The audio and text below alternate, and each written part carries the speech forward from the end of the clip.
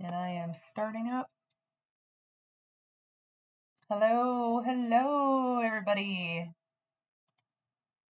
How is everybody tonight? Been on YouTube before. And we are live. Cool.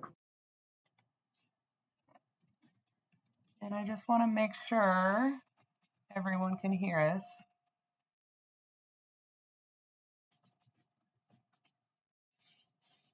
Oh my god, even my room is a mess. Well, that's not unusual. That's not unusual?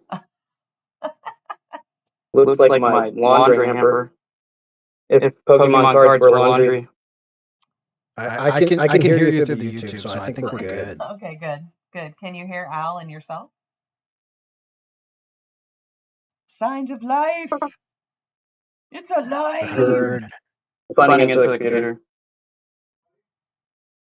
Well, we have a watch party going on in the Rip and Chill. Oh yeah, we got Part Robert of in it. there, D, Puck, Lolo.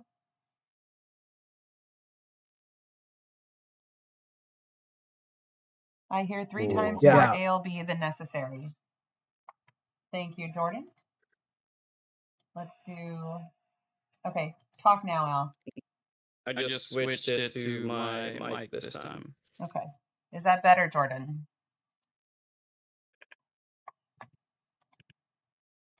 Let's change that to live chat. Sarah, we always have to kind of get. Hello, Smoking Mine. Wait, Smoke on here? Yep. Hey, Smoke's there. Mary is regular voice. ALB is better. Are you saying that Al's better than me? Yeah. No. I was double too. All right, let's turn your volume down. That was Tiger Man. Yeah. Okay. Yeah, I figured I should not be listening to you guys talk on YouTube and in Discord at the same time. That's not working the way I thought it would. And now I can't hear Yeah, you. that's how I normally do it. Turn I up my pop own it up volume. on my phone, and then I pause it.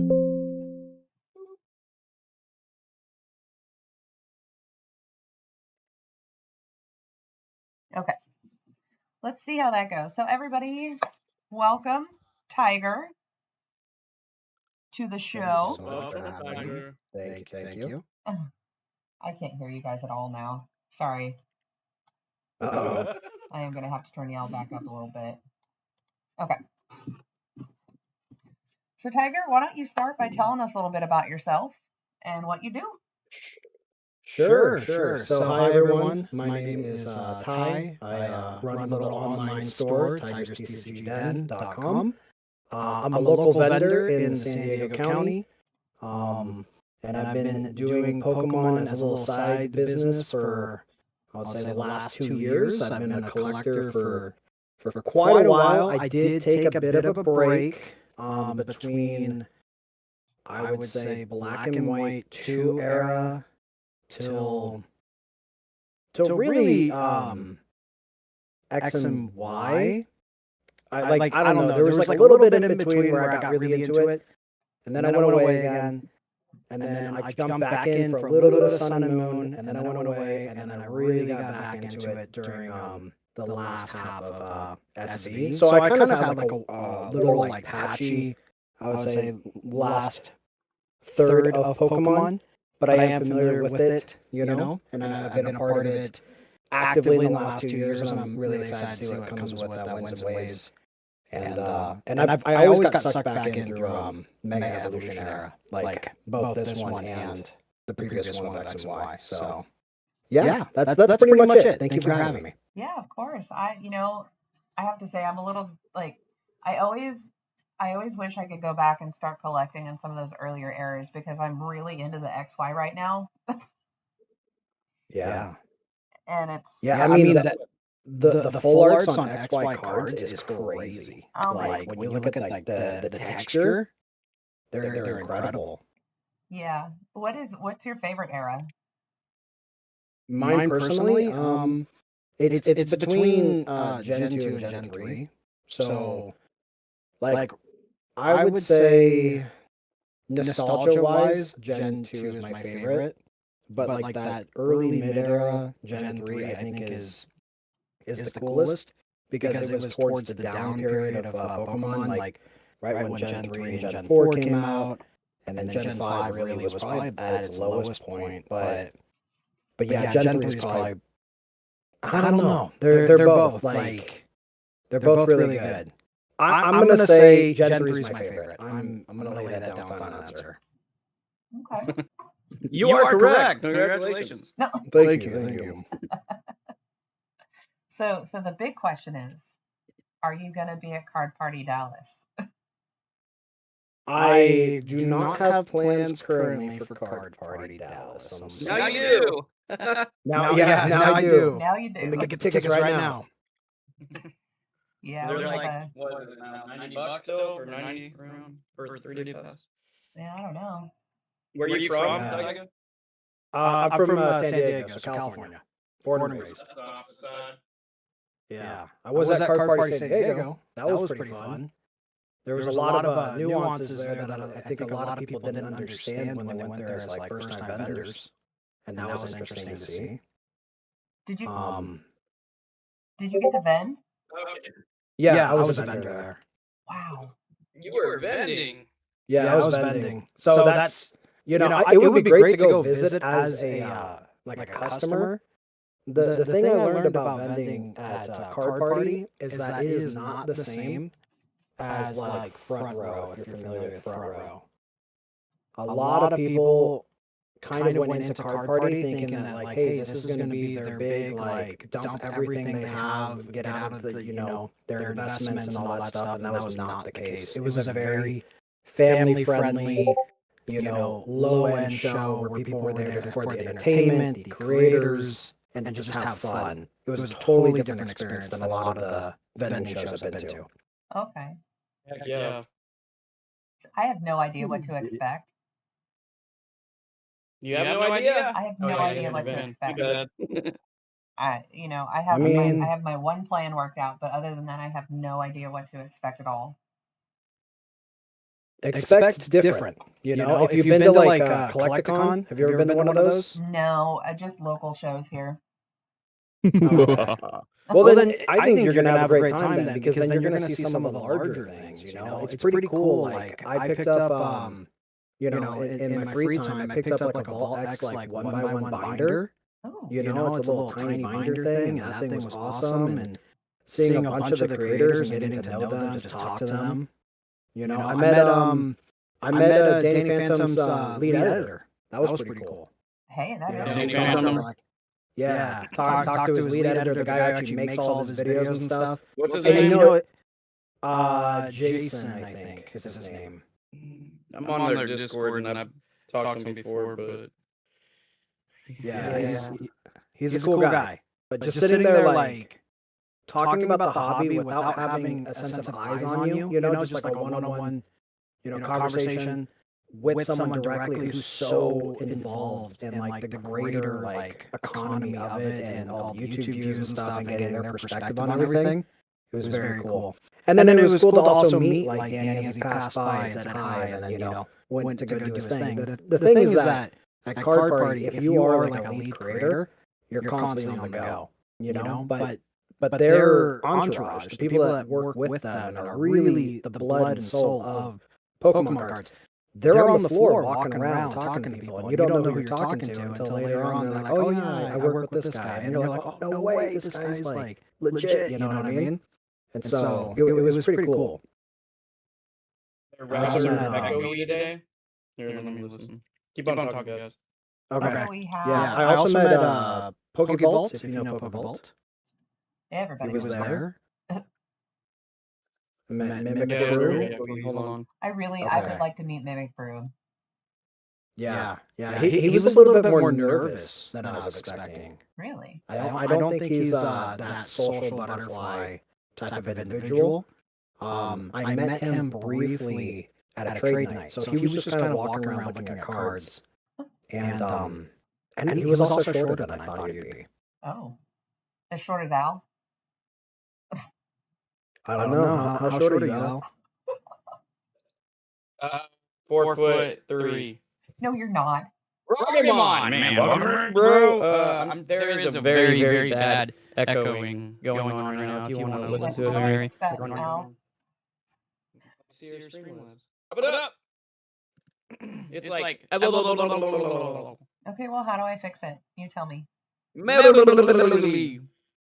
that's gonna be so trippy on your guys' end. I'm gonna tell you right now. It's gonna be trippy. The people listening, not you guys. Pop open your thingy. How do I do it? Mary's the only non-echo. Okay, so Mary, that means that you're probably recording the audio coming in. And then like run. You might have to do two different screen shares or. I might. Yeah. All right, hold on. Let me see what I can do with my mic. Let me see. How do I get your thing on here? Streamlabs. Well, that was bad.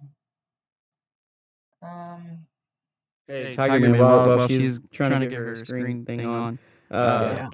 So, do you have anything with you today? Do you have a video, like or not video, but like camera that we can see? Do you have your stock with you that might be on your web page? Well, I would be happy to show you, but I'm actually not in my studio right now. I'm sitting in my office, and my wife is right behind me. She's just kind of chilling.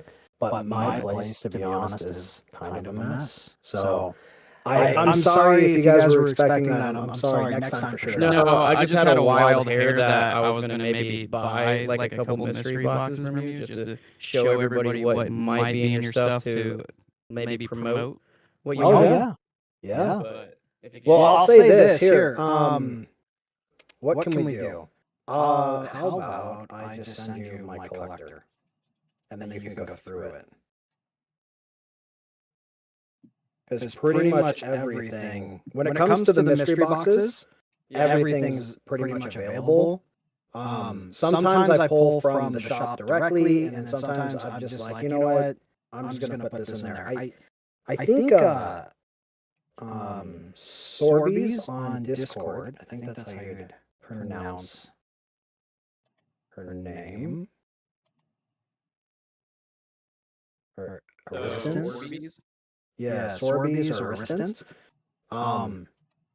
She bought a mystery box from me, and I had known that like she was really into game art. So these aren't like remade stuff that you kind of Okay. Yeah, no, it's kind of like a mood. Like I have a sense of what I'm gonna put in there. Like I always make sure that I have obviously enough to throw in there. But if I know who you are and I can kind of customize it in a certain way to make it a little bit extra, I'll do that for you. Yeah. You know. Yeah, I gotcha. Because I was thinking about the mystery bags, because there's like things online that you can open up with slabs, like Slab Quest, or not Slab Quest. What was it called? Dadgummit. Like, what's some online like mystery slabs that you can open? Slabs. There's like there's like and stuff like that. So I thought about just doing some little bit of entertainment and on here to open up some of those for everybody watching when it's downtime. But then I was like, well, while we have that, maybe we can do some mysteries. So yeah, I'll put you on the spot. It's not anything, but maybe next time whenever you're on, I'll definitely do that. Because I think I didn't think Pokéhex, if you know him, I bought a $350 box today that he is putting together for me. So I like kind of buying mystery stuff and then opening it, like creating. Yeah, me too. So, I got on my YouTube. There's a video where. Do you know who Pokedeals Danny is on Twitter or X?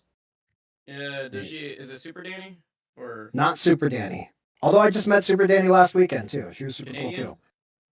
Nope. That's different Danny. There's a third Danny. Who was these Dannys? There's a lot of Dannys. My name to Danny, damn it. Yeah, there's another Danny, and she just moved to Japan. But she would post like links of like good opportunities, kind of like how Smoke would do his deals and steals. You got that kind of vibe, and she would be like, Japan? "Hey, yeah, it's not, well, she just moved to Japan, but she'd be like, hey, check it out. This is like a really good price for like, I don't know, a build and battle of like X and Y or something like that, just something random, right?" And so one time she decided to just drop like random mystery boxes. and they're like $500 each, and I was like, oh, this is really kind of expensive, but Yeah. I guess we'll go for it, you know. And I went ahead and spent the money, and I couldn't complain. I ended up getting like Chilling Rain booster box, a slab, I think, a bunch of loose packs from my Sword and Shield. I got a Hidden Fates pack, which is pretty cool. Two of the Japanese Pikachu boxes, if or packs from McDonald's. Oh yeah. Yeah, so like it was like a really good value, and I made a whole video about it, and I love the mystery stuff. I think it's a lot of fun. I do think that there's a lot of people who will like absolutely smoke you on it, Like I have a Oh friend of yeah, mine 100%. I have a friend of mine who did it, and like I don't know. I posted it in Smoke's Discord, but somebody's like, "Hey, what's in it? Can you give me an idea?" And I was like, "It's anything, but I'm not gonna send you like Sour Patch Kids, right?" That didn't come from like just a random thought. That's because I literally watched a buddy of mine give a mystery box away, and it had like Sour Patch Kids, and I'm like, "Dude, you gotta like you can't throw like Sour Patch Kids. You gotta have it some be like more mainline or cool Pokemon stuff. Like, come on." So sometimes they're bad value, but sometimes they're a really good one. Yeah, I just see all these videos online where people are doing like PokeRev will do, oh, these Amazon mystery boxes and stuff like that, and then it'll be like, oh my God, what the value and all this stuff, and I don't know if that's a gimmick or not, but I know that anytime that I would have bought anything like that, it's terrible, just like MJ Holdings boxes and stuff like that, where it's just a rip off, and Yeah, yeah, Mary, I yeah, check in, check. Yeah, no, I just wanted to make sure that just let me know if you can hear me. I can hear you. Oh, Can well, chat yeah. hear you? I Yeah, just want to make so sure that chat can hear me too, echoing. because Can I just, you screen share at all? well, I just put my earbuds in. I just connected my Bluetooth is all, so it should be good. All right, hold up. Hello. They said you guys are good. No more echoes on your end. So I just Good. want to make sure that, Perfect. and I see my microphone moving on the screen, so I should be good too. Well, your side is good, but ours is still kind of echoey. I think I can still see. Oh, well, Yeah, they yeah. just said It's it's a like lot tin better. canny echoey. Okay. Wha- Well, it's better than it was. We'll just, at some As point long as now, we're we not should just like, go Yeah, live and yeah, just test everything. So, yeah. The only thing that you can do is to go live and then figure out it as you're live. There might be something as far as two different sources that's live that's capturing that oh, audio. perfect. So Tim just said I can hear you. Okay, good. Thank you guys. Yeah, yeah, you're it good. says you're a little quiet, so maybe turn it up a little bit. a bit quiet. Like the last person in the world that anyone's going to say, you're quiet. I know. Here's a little fun story. Whenever I joined up in the community and I went on to Mary's live, she scared me actually. She was Oh like my so God, loud and how? yelling, and I like stepped away from her like YouTube and stuff like that because I thought she was yelling at me. So What Dang. he yeah, and then I means to came say back is and it she's was the such a opposite. sweetheart. He yelled at me and I left his stream for like 6 months. Lots of yelling. He was like, he's yelling at me. Way Why? too much yelling. Yeah, no, You know what? I'm very hyper and stuff like that when it comes to my YouTube and stuff like that. So she just saw my excitement as I was yelling at her. I'm Yeah. very Yeah. It is hard to like, at least for me, my natural like speaking voice is much more calm. And when I do like YouTube videos and stuff, I have to kind of like force myself to be more animated because I know that does well. But man, it's hard, to really find that in you and be like, I'm gonna yell and be a very animated person for the screen, and then when you're done, you're like, oh, okay, now I can Yeah. relax. I'm I don't naturally know how loud. Like I don't know when, how people can do it for like 30 or 40 minutes straight. God, Hi, I my don't name know is how Al does ALB. it for like 6 hours Hello. straight. Yeah, I don't know. I've that's never seen crazy. Tiger in the chat, but anytime you can always step on in and check out the channel. But Oh yeah. can you type in the chat right now so I can pull up your YouTube and then throw it in the chat? Sure. Sure. Oh my Sure. goodness, I can do that too. Well, Here, I'll just grab the direct link I here. don't want to take away the um, yeah, yeah, yeah, your Uh, website, but I'll yeah, throw it yeah. in no, there no, every so no. often. I appreciate it, man. I definitely should I have set that up appreciate beforehand. it. I wasn't even thinking about it. Oh, There. it's okay, Mary. You know, we love you. Bless your heart. Oh, but you know what? Speaking of videos, I just watched your video about the Chinese gem boxes Yeah, and the difference yeah, my between a scam boxes. I'm like, but they look real, like they're real cards, They, right? yeah, they're real cards. In fact, Okay. ALB, buy a mystery box from me. I'll send you a fake Chinese box, and you can get something cool out of it. But no, they're real cards. Like I did the rip test on them. I looked at them closely. I saw the inscription on like the bottom left. Like everything checks out on these things. And so if you're going to a show and you don't know exactly what to look for, you're going to get scammed. Like and most of the vendors don't know that they have fake product either because the problem with the current market, is that a lot of people are buying from other vendors. There's a lot of vendor to vendor trading going on. So you could end up being like 4 steps deep before you realize, oh, I got scammed, and we don't know where the scam originated from.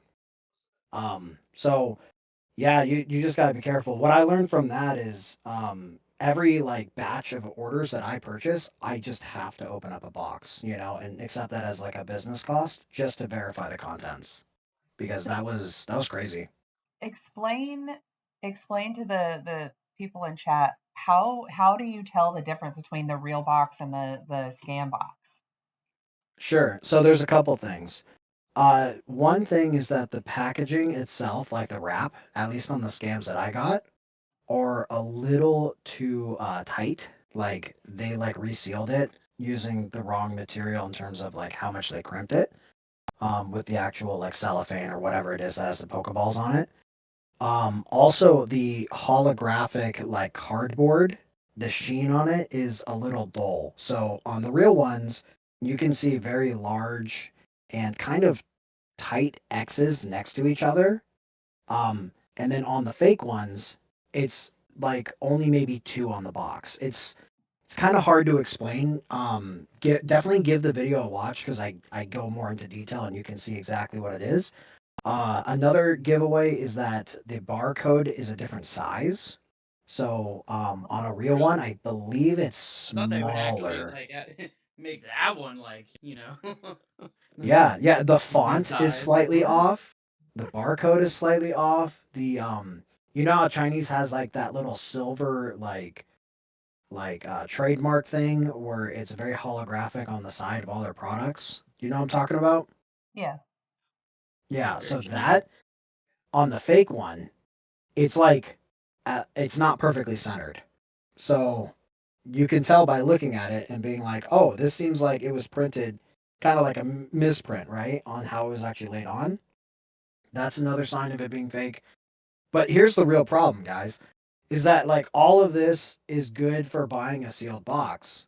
But there's going to be a lot of dishonest people who are going to just open up the boxes and then stick them inside the pack dispenser and sell them at $1 or $2. Yeah. And the cards themselves are real. So there's no way you'll ever know whether you got scammed or not because they'll just be like, "Oh, someone already got the SR out of it." So at least you got the stamped one, like, and then that's it. And like even me, like when I was opening it, I got like one of those Starfoil Gengars, and I was like, "Oh, cool! Like this is a real Gengar. I'm gonna keep this regardless." But yeah, and it was from a very reputable seller. Like he had no idea. That's interesting. I don't know if I would be able to tell the difference unless I had one of each box in front of me. Yeah, that's that. It's I literally had to take. I only had one because I kept one for my PC. I had to literally put it next to it and go, "Oh yeah, it's fake." If I didn't have that, there's a good chance that I would have sold these on my store and had no idea. that is really interesting. And that's something that I would have never thought to I mean, obviously I think about scam cards and resealed boxes and that kind of thing, but they're almost always like all the ones I've seen have almost always been obvious. Right. But that is Yeah. When you not get like obvious. a Like that no, was it was pretty convincing fake. Yeah, when you get a full 36-pack booster box of Black Bolt, yeah, that's a fake box. But Well, this yeah. this was very good. No, no. Or the 36 pack of prismatic. Yeah. Yeah. You know, I have always wanted to get one of those boxes and put real cards like packs in them, just because I like the idea of a full booster box of like Yeah, for real. 151 or Crown Zenith or whatever, and just having that in like a acrylic case. That would be awesome. Yeah. Yeah, but other than that, I haven't been scammed too much. I did get through a little chargeback dispute. Somebody stole someone's identity and Oh, bought a perfect order ETB off of my site, and I didn't really think it was going to be a big red flag, because I'm like, if you're going to scam and steal money, why are you buying a perfect order? So I sent it out, even though the addresses didn't match, because I was like, maybe it's like somebody buying it for their friend. And yeah. So I got an email within, I would say, 20 minutes of that being delivered, saying, "Hey, I never ordered anything from your site. You are stealing from me, or I've been stolen from. So I'm going to the bank," and I had to fight a little chargeback dispute. Basically, accepted that as a loss. But other Dude, than that's those what I'm two scared of. things, Oh my yeah, god. yeah, and there's really no protection. Like, Because it's always the buyer's protection. right, because like as a platform, you're not gonna protect the sellers as much, because the seller is less of the business, right? The fees is where they get you, you know, and get their revenue. So like eBay and stuff like that, they're like they have an interest in protecting the sellers to a degree, but they're always going to protect their buyers first and foremost. And sometimes that works out, because with my little eBay scam with the Gem 3s, if the company didn't reach back out to me and say, "Hey, sorry about this," I was going to go and contact eBay and be like, "Get me back my money." But as a seller, it stinks. And this is why I don't really sell singles on my website. If you look at my website, I don't have like any singles listed. I might occasionally have like a slab or two. Because there's just no way of fighting against this. They're gonna be like, "Hey, no, this has, the condition's not as listed, so charge back." And then I'm like, there's nothing I can do. right. Well, So that's true. I've always wondered why you didn't sell singles on your site too, because if you know me at all, I'm a singles junkie. I've been buying a lot of singles lately. She likes her singles. hot singles near you, I know. but Right. That's what I was not at getting mine.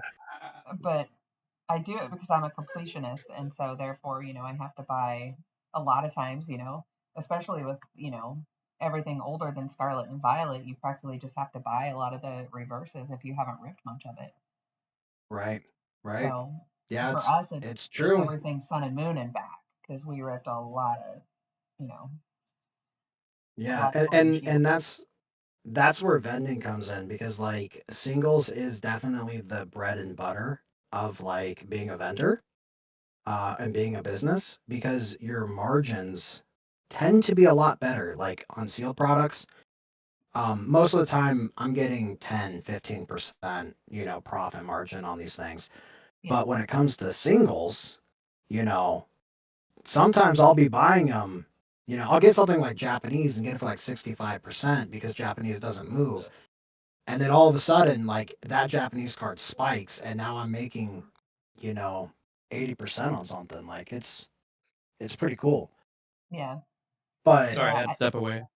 We get Okay. stuck on it's the, like I said, the reverses and the hollows sometimes, and I'm pretty sure I've almost bought out one store in Kansas City just because I bought so Josh's many singles cards? from them. Never. Yep, But dude, you're helping Josh's her. Cards is the best store. I That's love like my Josh's favorite cards. online store. If you ever were you so 2 years ago, did you know him by any chance? Like Josh's? Mm-hmm. Like I would shop their site. I obviously never been there, No, but yeah. But they had Obsidian Flames for like $2.50 a pack. yeah, Man, yeah, they had like super cheap stuff. I remember when they Now, had not so like much. Twilight Masquerade building battles for 14.99. Yeah. Yeah. I'm in KC, so I actually visit them and everything, but yeah, they're pretty cool people. Yeah. Their stuff. Is the owner actually named Josh? It is Yep. Josh, right? Okay. Yes, sir. Yeah, because I was a part of their Discord, and he's not super active on the Discord. Josh is a hermit. Yeah, So that's kind of what I was picking up. Because everyone would be like, at Josh, at Josh, at Josh, and he'd rarely come out of the he's corner and talk not to not people. the production team lead thing person, and then he's literally just a store owner that likes to do good business, and that's it. And he has everybody else do it as he's doing all the background stuff. Yeah, I remember when Josh had to raise his prices on prismatic pre-orders, and people were like ready to have a riot. I'll never forget that because that was the first time where he broke his MSRP thing. Yep. You know, but like you can't blame him. You know, look at where everything is. Like the dude's got to stay in business. You know. Yep. But hopefully he was stocking up on that Lorcana because now Lorcana is the big hot thing. Who's your mama? Wait, what was that? Who's your mom? Lorcana. Is that an island? I've never been there. I'm kidding. What's the MSRP and what is it now? Like, is it just the first gen Lorcana, or isn't that where? So there's like a big like. So what we were experiencing like back in late 2024. What's Elsa? The sparkle one? What is that? Is that one of them? Yeah, that's one of them. That was like the first like big card, but I would say that there was real interest like sparked when Fabled came out. Sure. Let me look up. Because there was the Steamboat Willie too, right? Yeah, that one was good. And I'm not like a Lorcana guru. Like Pokemon's my bread and butter, but I just know that like when everyone was like tackling each other for Pokemon, like Lorcana was just always available and it's always caught my eye. I'm like, Disney's a pretty good like overall IP. I'm waiting for them to do like a Kingdom Hearts, you know. Yeah, that'd be dope. I think That would would be be really cool. I'm not Yeah. really into Lorcana, but Kingdom Hearts would definitely be See, good. that's kind of like they're placating to other people's like interest because like I'm not a Magic collector, but then whenever the Final Fantasy stuff came out, I was like, I'll pick out a box, dude. Same. Like, I don't mind when I That's want a couple. that was the first ever collector box I ever bought. Everything else was like, you know, jump starts and you know, smaller items. But when Final Fantasy came out, I was like, I don't care what happens, I gotta get one of these. Final Fantasy is my favorite IP of all time. Yeah, it's amazing. It's since childhood. Yeah. Martin just pulled the Entei, by the way, the Crown Zenith Entei. Oh, fire. Totally off subject. I'm sorry. I do have Pack-A-Day on, like, I'm lurking on the TV because tonight's their member stream, and so I wanted to at least lurk. Yeah, the Crown Zenith. All right, I'm gonna ask Chat something. Chat, is Crown Zenith better than Ascended Heroes, or is Ascended Heroes better than Crown Zenith? Crown Zenith is better more fun to open, but Yeah. Ascended Heroes it's probably way better because just the illustration rares that was not. I mean, you had the glaring gallery and all that stuff, but that's where your alt arts were.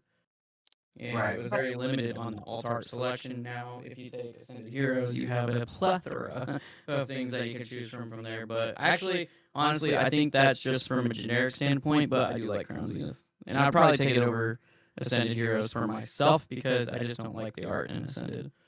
So I really like the art in Ascended, and I really like what they did with the Mega Attack rares. Oh, I do like that. It's a fresh new sort of look at, you know, Mega, and I think they did a really good job, and I really enjoy them. And I love Crown, but I think I would have to go Ascended over Crown for art. So I wonder, in 10 years' time, what pack would the average person want to open? If they're given a free pack in 10 years, and Crown Zenith and Ascended Heroes are truly vintage packs, the same way that we look at like Team Rocket Returns, you know? Yeah. I wonder what they're gonna pick because yes, Ascended Heroes has better hits in terms of like value and art as of now, but I feel like time, will change that. Yeah. Excuse me. And so I wonder, with the generosity that Crown Zenith had, I wonder if Crown Zenith is going to end up being the one that most people pick in that I feel like, circumstance because yeah, I you're feel you're like almost guaranteed. Crown. I feel like Crown would be the way if, in 10 years or 20 years, if someone's going to say, oh, I want to open something vintage, I feel like Crown's going to be the one because, everyone in the hobby, I feel like everyone loves Crown Zenith. I haven't talked to a single person who doesn't like Crown Zenith. And Yeah, neither have I. Like, it is by far the most fun set to open. it really Pick is. a better art than that out of Crown Zenith. What art is better? Out of Crown Zenith? Yeah, what's Oh, better? This is Extended Heroes. I Better than know. Psyduck? Oh man. Come on, he's where everybody wants to be. He's in Maui, freaking soaking up the sun, doing little fart bubbles underneath him. Like everybody wants to be in that position. Yeah. I'm gonna look at the entire set list here. I'm gonna find something better than Psyduck. Right Challenge now accepted. I gotta bust out the phone and look at this set because it's. I mean, I look at it like almost every day, but So show your screen. no, I'm not gonna show my screen because I'll be on my phone. Dude, I'd mess the whole stream up and then everyone would make fun of me. I'm just wondering because you weren't able to show it earlier, so I'm wondering. Yeah. Why? I don't know. The Lapras, just the the Lapras is good. yeah, the Caldeo, the Sleeping Mew, the Absol. I love that Absol. I mean, the Pikachu, the Secret Rare Pikachu is really cool. Yeah. That looks something to be like a Japanese promo. The I don't have Glaceon that V-Star, the Leafeon V-Star, the Zoroark V-Star. Like these are all beautiful, gorgeous arts.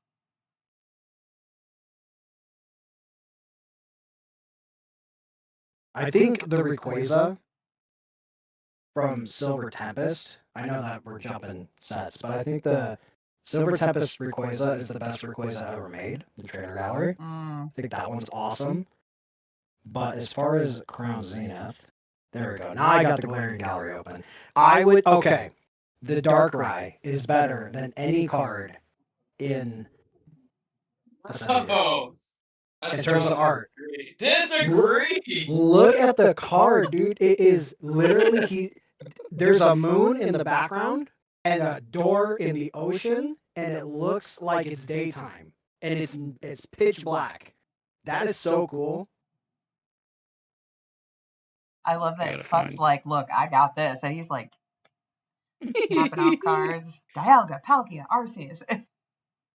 Yeah, the Mewtwo fighting against Charizard. Did you know that there's a Diglett in that card? Is there really? Yeah, so, all right, fun fact. Diglett, let me find the card.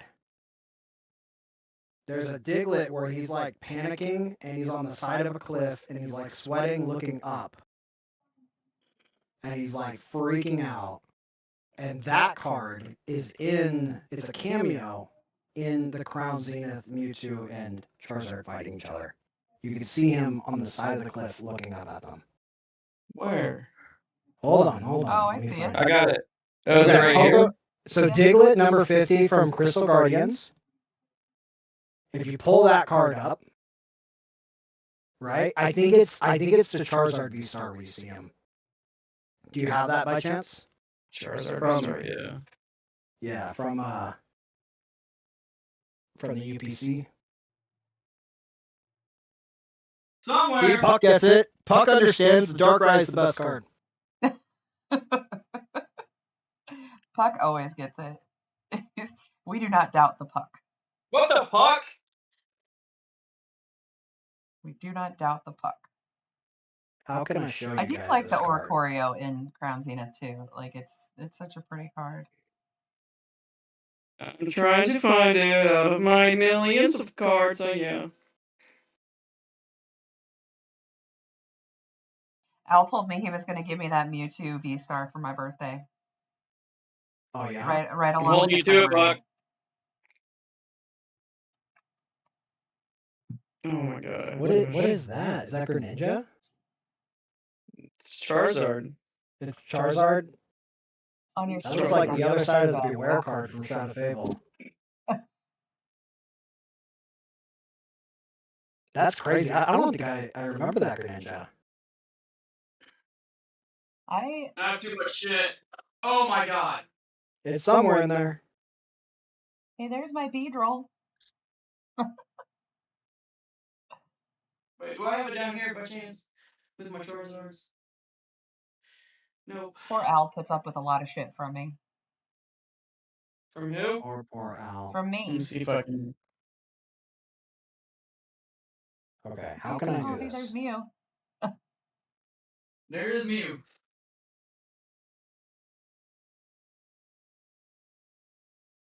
Shit. Careful. Clean your room, bro. Flies all over the place. What? I said clean your room. So we're going to be here for the next 3 days. To say it's fire energy. Or, no, fighting energy. Because you know what I'm talking about. Okay, so I wonder if this is going to work. I'm going to try something. You can do something. Hold on. Ooh, look at this trash. Yeah. I don't think it's going to work, but we're going to try.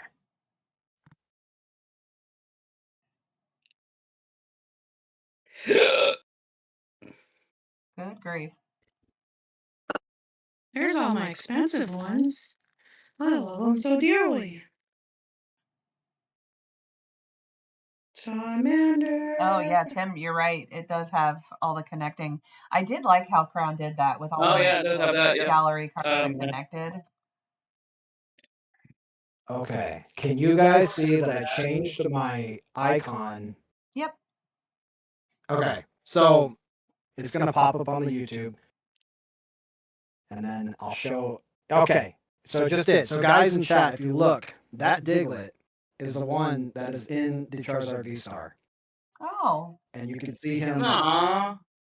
basically staring up, freaking out because he knows he's about to get his butt whooped. No way. I bet it. Hold on, I gotta find this. That's from Silver Challenge Tempest. accepted. Now I gotta go Ooh, look at there's a Silver Pikachu. Tempest. The question is do I have that Charizard? It's Charizard V-Star. I don't have mine. With I have two. I'm trying to find them. It's somewhere. I have one sealed and I have one raw. Al, what's your favorite piece of your collection?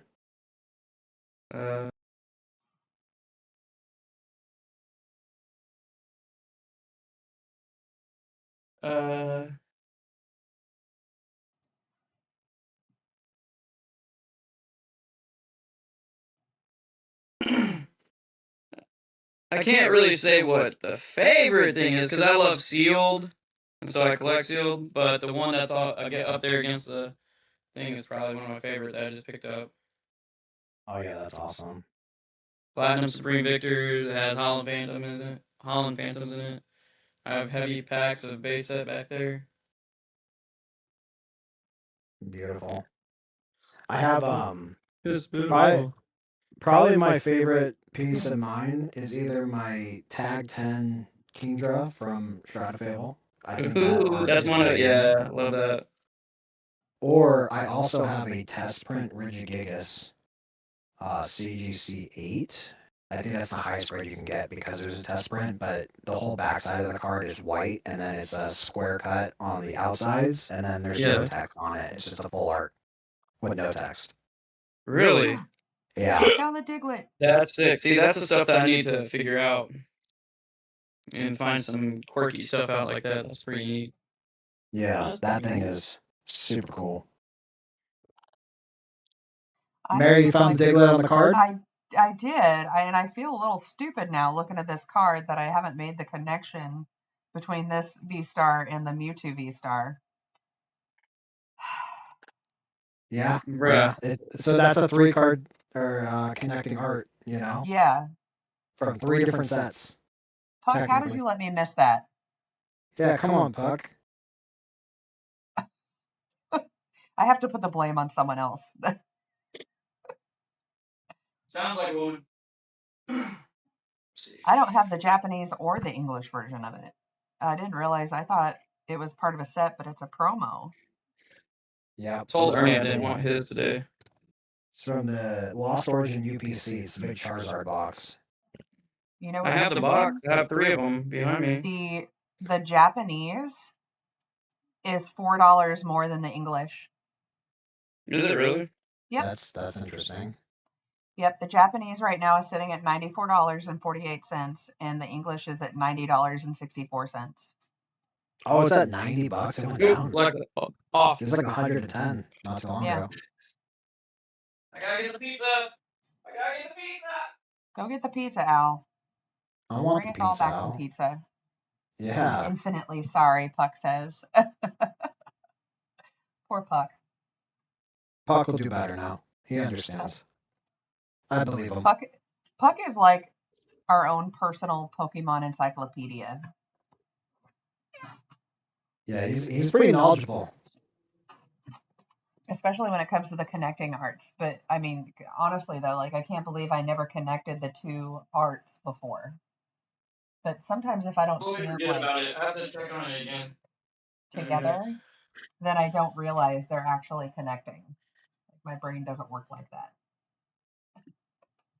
Yeah, it's really cool. And then the sleeping. This Charizard? Now, Just kidding. I'm kidding.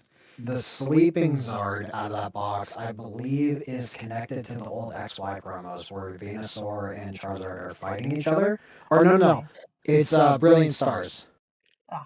There's a Brilliant Stars alt art Charizard fighting a Venusaur, and then Charizard V from the promo is like on the ground sleeping, and you can see all the like trees and stuff knocked down, and then behind him is Venusaur like walking away.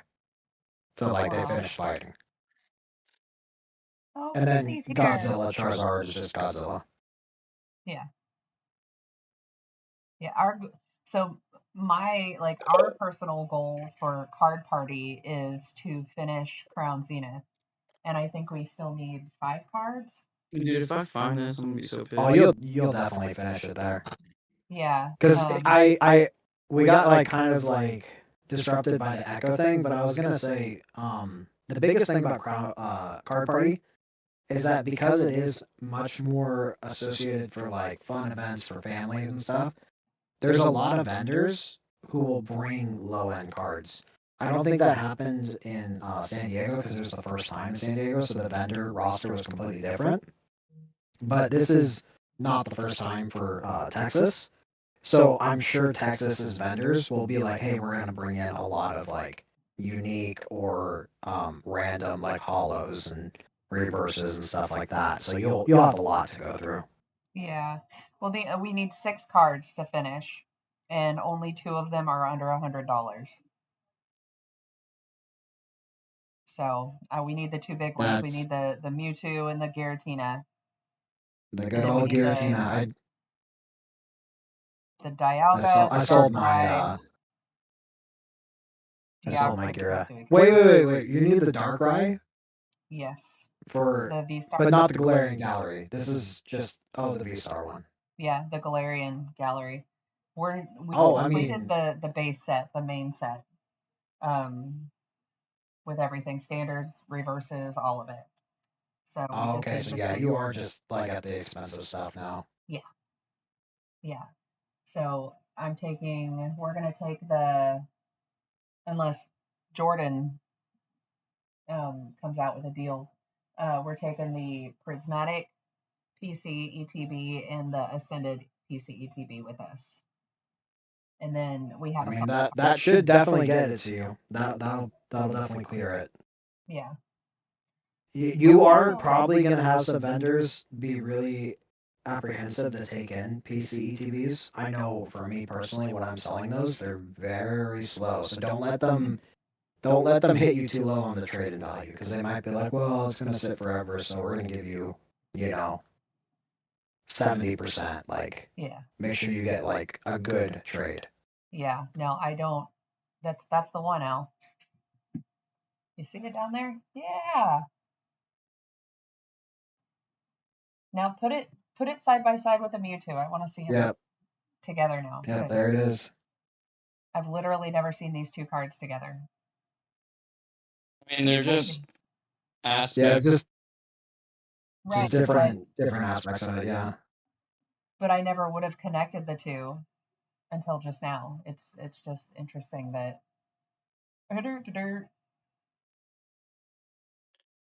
You just did a Mary. I did. I Wait, I did. gotta go check my computer again. Yeah, Cupie. I know. Ouch.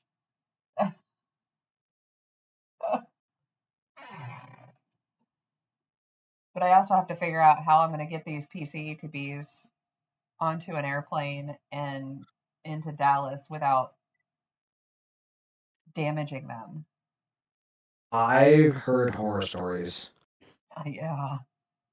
I've heard of TSA being unsure about it and worried that people were hiding stuff in it, so they ripped them open. Oh no. Yeah. I've only seen it once, but I have seen that, so I would just lose be careful. it. I would end up in jail. Yeah. Watch me make $1,000 become 100. Yeah, Just like that. not even. I mean, not even.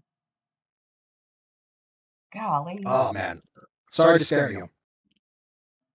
Yeah, it's scary. Well, I've been talking to another person that may or may not be in chat right now. I don't know. I haven't seen him in a minute, but he's been working on finding the cards that I'm looking for, and then was interested in trading. So I'm just looking at ALB's stack there. That was he's crazy. flexing. He's flexing. Total flex. Just a little munch scream in the background. It's Oh, my the Beedrill. Beedrill. Well, that's what Mary wanted. Yeah, that's the one I wanted. Yeah, that's from Cosmic. No, it's not. That's from Oh, Chaos. Oh, this one, yeah. That's crazy. I've never even seen that card. Yeah, Greninja Well, with the Charizard. Cosmic. It's Sun and Moon something. Yeah, that's the Unbroken last Bonds. one of Cosmic was last Sun and Moon set, I believe.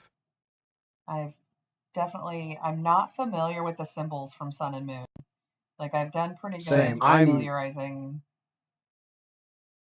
myself. I'm so grateful they went to like little like letters. Oh, They yeah. should have done that 15 years ago. It's Unbroken Bonds, by the way. Oh, yeah, Jordan's still lurking. He heard me talking about him. I have a blister of Unbroken Bonds that I intended to open and I never did. Just sitting there, taunting me. I have one. It's like one of the fun packs sealed of Unbroken Bonds. But Oh, really? I ended up opening up 4 of those instead of opening up the blister because I had pulled the Greninja out of Twilight Masquerade, and then I was like, I gotta celebrate this. Let's try to get another big Greninja. So I really wanted to pull the tag team Greninja, and then I was like, I can't do it. I can't open up a $100 pack. Nope. It hurts. I do it all the time. Can't keep them sealed. God. Anything in the Sun Moon era, I can't ever keep sealed. I don't know why. Isn't the hit rate like also just have a good time and then just rip everything? Yeah. Oops. Just the hit rate of Sun and Moon is just so brutal. It is brutal.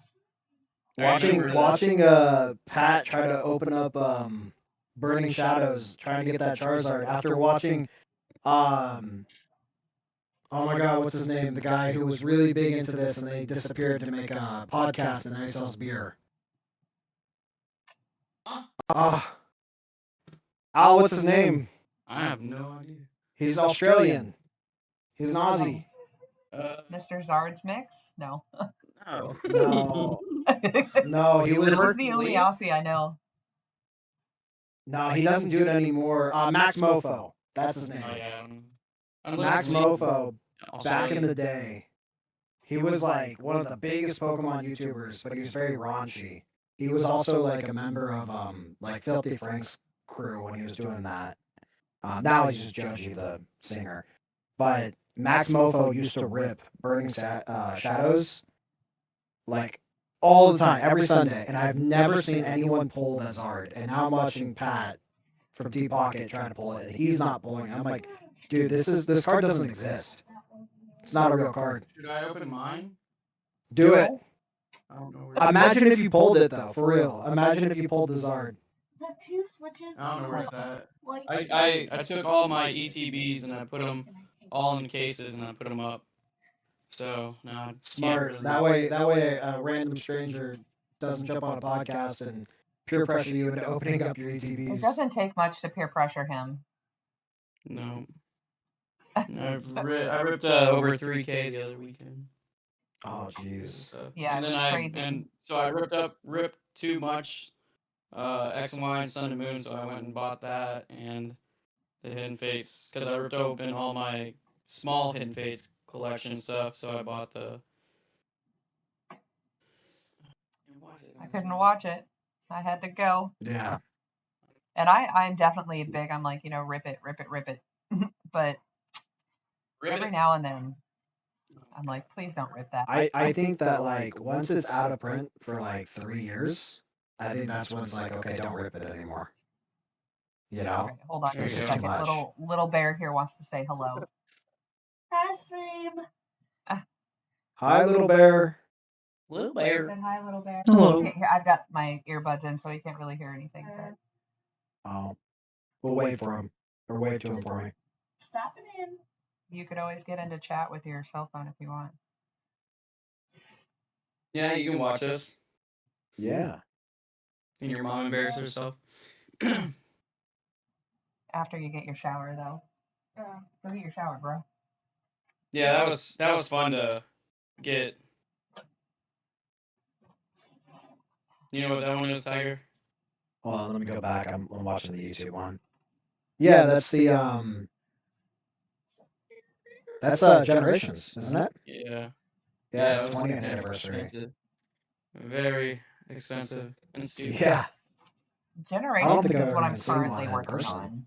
I did Master Set Evolutions, and now I'm working on Generations, but I'm only like 5 cards away. That's good. Yeah. Is it all just Radiance now? No, I have all the Radiance actually. I Oh, still nice. need the Gengar. Yeah, I still need the Gengar and like the Blastoise EX, the Vaporeon EX, and I don't remember. Not much. Puck Ender says hello. He wanted me specifically to say hello to Puck for him. I told you to say hi back. Because I Okay. was going to go get my shower. Okay, go get your shower, bro. Okay. Tiger, what do you think about cleaning cards? So I just bought an EVGX, the fat one where he's like burping. And Oh, yeah, I was gonna send it in for grading because it was like perfect. Like there was not a single thing wrong with it. And when I was taking it out of the sleeve to put it into a penny sleeve, and then put it into a semi-ridge like card saver, I dropped it. And so now I'm sending that over to a card cleaner to fix my little dent that I added right into the corner. So I think cleaning cards is acceptable practice because I have to send it out to get that thing. Yeah, that one. Mhm. That one. So you don't. Oh wait, no, this is delayed because I'm watching the YouTube. But yes, that GX. That thing, I love that card. Do you consider it altering? No, I don't think so. I don't think so because like if we look at cards the same way that we look at like valuable cars, you know? Okay, I made this. Like- I made this connection too. Yeah, like you clean and you repaint the Mustang, and now the Mustang is beautiful again. Now, if you completely change it, then I mean maybe there's a case to be made there, but like I don't think it's that bad. I think people just blow it out of proportion. So I bought this Charizard because I'm giving it away on the channel, and I bought it for a damage price because right here, if you see, you can see the line where it was like hecka scratched right here. Yeah. That's because it was literally like it looked like that, Oh, Oh wow. Okay. and they kind of just went like, okay, that's good, right? Right. And you could literally see that. Well, it's been like that for the longest time. So whenever it touched the surface of anything, that's where it would scratch because Oh, that that's makes the sense. surface area. So whenever I got it, I was like, you know what? I'm gonna try to riddle them down, and then I ended up pressing it and wetting it down, and then trying to smooth that out enough as I could without taking up too much of the hollow. But yeah. Yeah. that's altered. Yeah. Anyway, I mean, just grade it, because we like to have disputes and stuff. Go ahead and grade it. See if I you think get it's it. cool. I think it's got a little history to it. Yeah. Oh, hey, we got a I- raid. Welcome, raiders. Thank you. Welcome in. Pokemon? Rips, No, Poke we got a Rips. Poke Rips raid. Awesome. Thank you guys for coming in. Yes, thank you for coming in. We're talking to Tiger tonight. He's telling us what it's like to be a vendor, to have his own shop. Yeah. Yeah. Oh. It's it's a handful. It's there's a lot that goes into it that people don't really know about. Like after the stream, I have to go price out cards because I'm going to a bar tomorrow to do another trade night. So it's gonna be a long night. Wow. What are you doing? Al is getting artistic. Oh In my. all of my years of being alive, I've never seen anyone make a middle finger out of a fighting energy. No. I did it the other night because Ernie brought it out of me, and then I was like, yo, that's so sick. That is. You should make those and sign them and send them with the orders. Well, how many other different signed cards am I going to have? Just I one. do You don't need I any do the others. pearls. It's a good signature. Oh no, you signed a Nice. ditto. Dude. That's on the card, baby, too. That's a $5 signature. That's my awesome. goodness. He's like a little magician. Are you kidding me? What do you mean? Bro. Collectors had told me to buy it when I was at a card show, and I was like, okay, I'll do it. And then I signed it. Wow. So what, Tiger, what is your ultimate chase card? Oh, me personally, like my Yeah. my biggest grail. I actually just got a tattoo of it, but the web Gengar, the old e-reader Misaki? Japanese. Yeah, We were Misaki talking about one. that this morning. It's Mary? literally the same card we were just talking about. It is an amazing card. You could show any other card to me. It could be, it could be the most expensive card in the world. It could be like the Illustrator Pikachu. I don't care. That's the card I want. And in the last year, I watched it go from like $1,000 to like $5,000. So like I keep running on this treadmill, but I'm never gonna catch it. Man. One day. You get it next card show.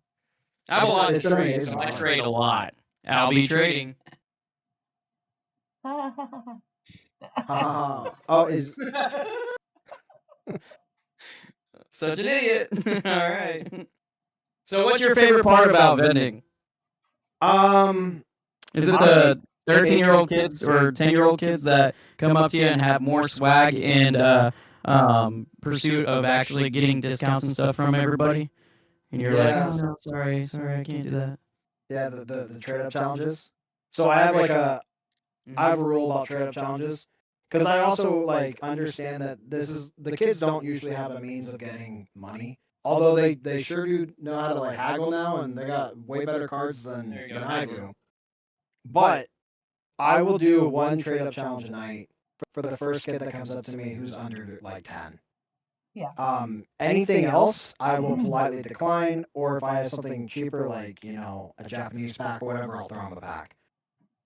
If you're over 18, I'm not giving you anything because there's way too many people who are like like shameless about that, where they'll come over and they're like 27. They'll be like, "Hey, I'm doing a trade-up challenge," and I'm like, "No, that doesn't make sense for me." What do you tell them in that? Because In that I've situation, I just been a lot ish. yeah, So I just politely decline. I just honestly, I'm like, "Oh no, I don't do that," but like I do for the right kid, you know what I mean? But also, I have to like feel them out a little bit. If like the kid is, like one thing that drives me crazy is that I'll be fair about it, right? So if a kid comes up to me and they got a $5 card and they want to do a trade challenge, and I'll give them a $6 card, and I know that it's like a decent card, and then they hit me with, "Oh no, I don't want that one," then that really like rubs me the wrong way. I'll be like, "That's not how this works. You don't get to like pick it. Like it's a challenge. It's not a trade up charity. It's a challenge. That's the whole idea of it." So Yeah. We did you let know, our son do a trade up challenge at one of the bigger shows that we went to, and it was interesting to see some of the the annoyance on some of the yeah, vendors. But like I think he was like 10 at the time, and he yeah, was and in those very cases, like polite. again, I kind of read the room, read the situation here. Like I'm gonna help out the kid. Like that's totally different. But Right. the annoyance is definitely there because as a vendor, it's like a lot. It is a lot of kids. Like almost every single one of them. Well, So I mean, he there's a level there of like trying not to get like nickeled and dimed to death. yeah, yeah. Well, and yeah, I that's what I should do. I think that's it. Raw Philosophy said something about Jason Page. I think I'm going to go ahead and every time someone comes up to me, I'm going to offer them one of these cards and say, A signed I ditto. value this at $20. I'm a YouTuber. Here you go. Give me your card. That's how you do it. I think he was That's just the hack. excited to do it because he had seen it on, he had seen DPM do it and, and everything. Yeah. And that was just, that was That's just one of what my he favorite wanted to videos do. I've ever done. And so, I mean, I love Yeah, to do it. trade ups. Like me personally, I like if I was a kid, I would be all over it. I would totally do it. Yeah. I think it's a lot of fun. I feel like there's too many people who break the spirit of it. Yeah. And like I've had a couple kids come up to me, and this is totally different, right? I've had a couple kids come up to me, and they'd be like, "Hey, I'm doing a challenge. I'm going to give you this card, and I have to take whatever you're going to give me." Now that is a fun challenge because then I get the discretion, and there's not money involved. It's not a value thing, right? And that's when I will be like, "All right." Like I gave like it came up to me the other day. I have 4 Wailords from Journey Together, right? I don't need 4 of them. So somebody came over to me and had like a $15 card, and I gave him a Wailord like last week, and it was $20. But that's because they didn't say what they were doing. It was one of those like, "Hey, you just have to give me something, anything." Yeah, that card right there. I love that card. I do too. I think Subway sandwich. Underwater. I'll keep that card forever. I don't care if anyone wants them or not. I should probably just stop collecting Palafins and just get Wailords instead. I think I'm gonna change it. Balafins. think Like the one from Paldea Vault or Paldea Fates. Yeah, I have like over 100 of them in a binder. I think what kills me I just is buy them all. maybe it's just the area, and you could probably definitely give your 2 cents on this too. Is like when we go to shows, I do bring our trade binder, and I'm like, hey, do you do trades? And every Yeah, now and then I'll get a handful of vendors that are like, yeah, but they kind of that's hesitate about interesting. it. I love Yeah, trades. I think what's happening. I don't know. Like, how recent was that? Has that been a consistent thing for you? Look at that I mean, a Palafin, pretty beautiful consistent Batman. thing. Like most vendors are pretty cool with it, but I have ran into a few that are just like hesitant almost. Like, I mean, it's Yeah, that's weird. That is weird. Yeah, that's That's how like vendors sustain themselves. Is yeah, off of trades. because the trade like the actual business strategy there is that like you can come over and give me $100 for $100 card, or I can take your $120 card for trade at 80%, and then I can sell that for 120. Therefore, I've made 120 instead of 100, right? And Yeah. that scales. So like trading is like one of the most important aspects of vending. It's very interesting that they would be like kicking back, saying that they're not interested that much. Yeah. Now I will say this: I do get a lot of people who come over and want to trade a lot of like EXs and like low end like 50-cent cards and try to like basically use it to stack up to like a large card, right? Right. And in my case, occasionally I'll do that depending on what they're getting because I have a binder where I just put them inside the binder and then they're like $1 or 50 cents or whatever, right? And I like to keep that full because I like to have a price for everybody. I don't want anyone to come over to my table and feel like they're like not welcome because all I have is like 75 and higher dollar cards. Yeah. But that I can see where vendors might kick back and say no. But like if you're bringing something that's like, you know, 5, 7, $10, like they should be able to be doing trades like that. That shouldn't be a problem. I mean, 9 times out of 10, I don't even bring my EX binder because I have like three trade binders. I have one for Japanese, Korean, and Chinese. Then I have another one for EXs, and then I have another one for everything else. Got it. So what I'm curious. Do you ever try to trade the Korean cards? I actually just took our binder to the LCS the other day, and he pretty well cleaned everything out except for like a handful of Chinese cards. Interesting, because like I think that it's being a lot more accepted in the market to get other languages because the cards are just getting so ridiculous on price, you know? Oh yeah.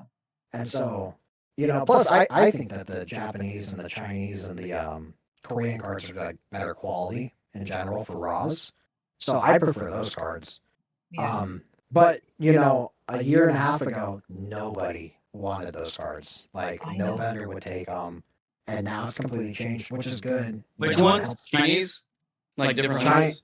Yeah, different languages. If it wasn't English, they were being turned away a lot of the times. And like I had a couple friends who would vend and they would like specialize in those cards. So whenever they come to me, unless it was something really, really, really good and liquid like a Gengar or something like that, I would be like, hey, go see this guy. And then he would just scoop them all up. And then he ended up like doing really well later on because they started getting a lot of demand and he had got them for so little, you know? It like worked out really well for him.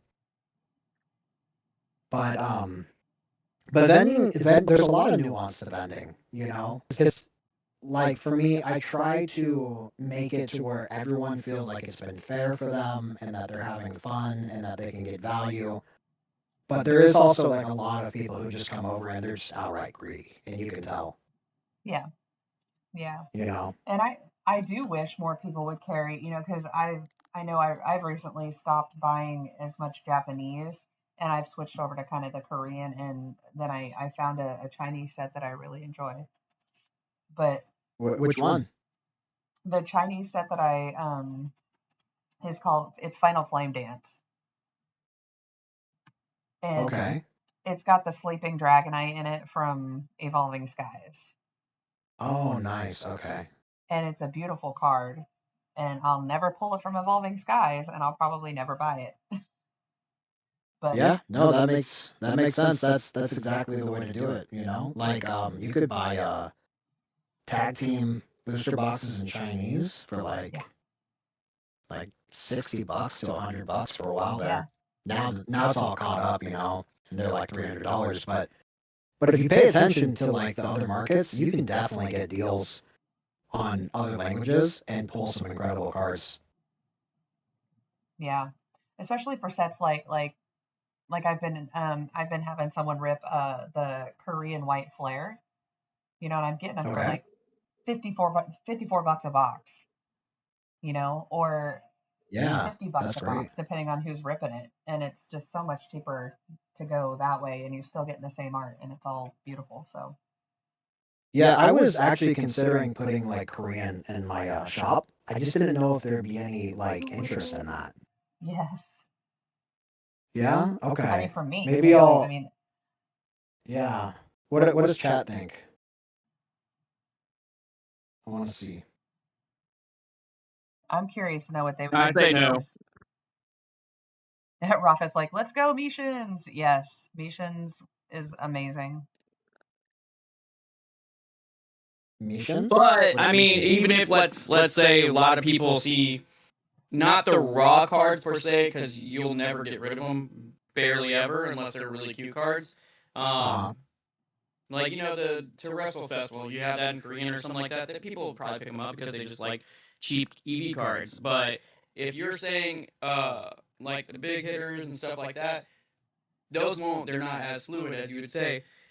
But as far as if you bought a $35 box, ripped it open, and are now selling it for $2 a piece, Yeah. there's going to be a lot of kids jumping all over that because they just want to rip something, and parents are going to be like, "Oh, that's not $10 a pack. Let's buy it." Yeah. Yeah, Well, definitely on that. The boxes of Final Flame Dance that I'm buying is like $34 a box.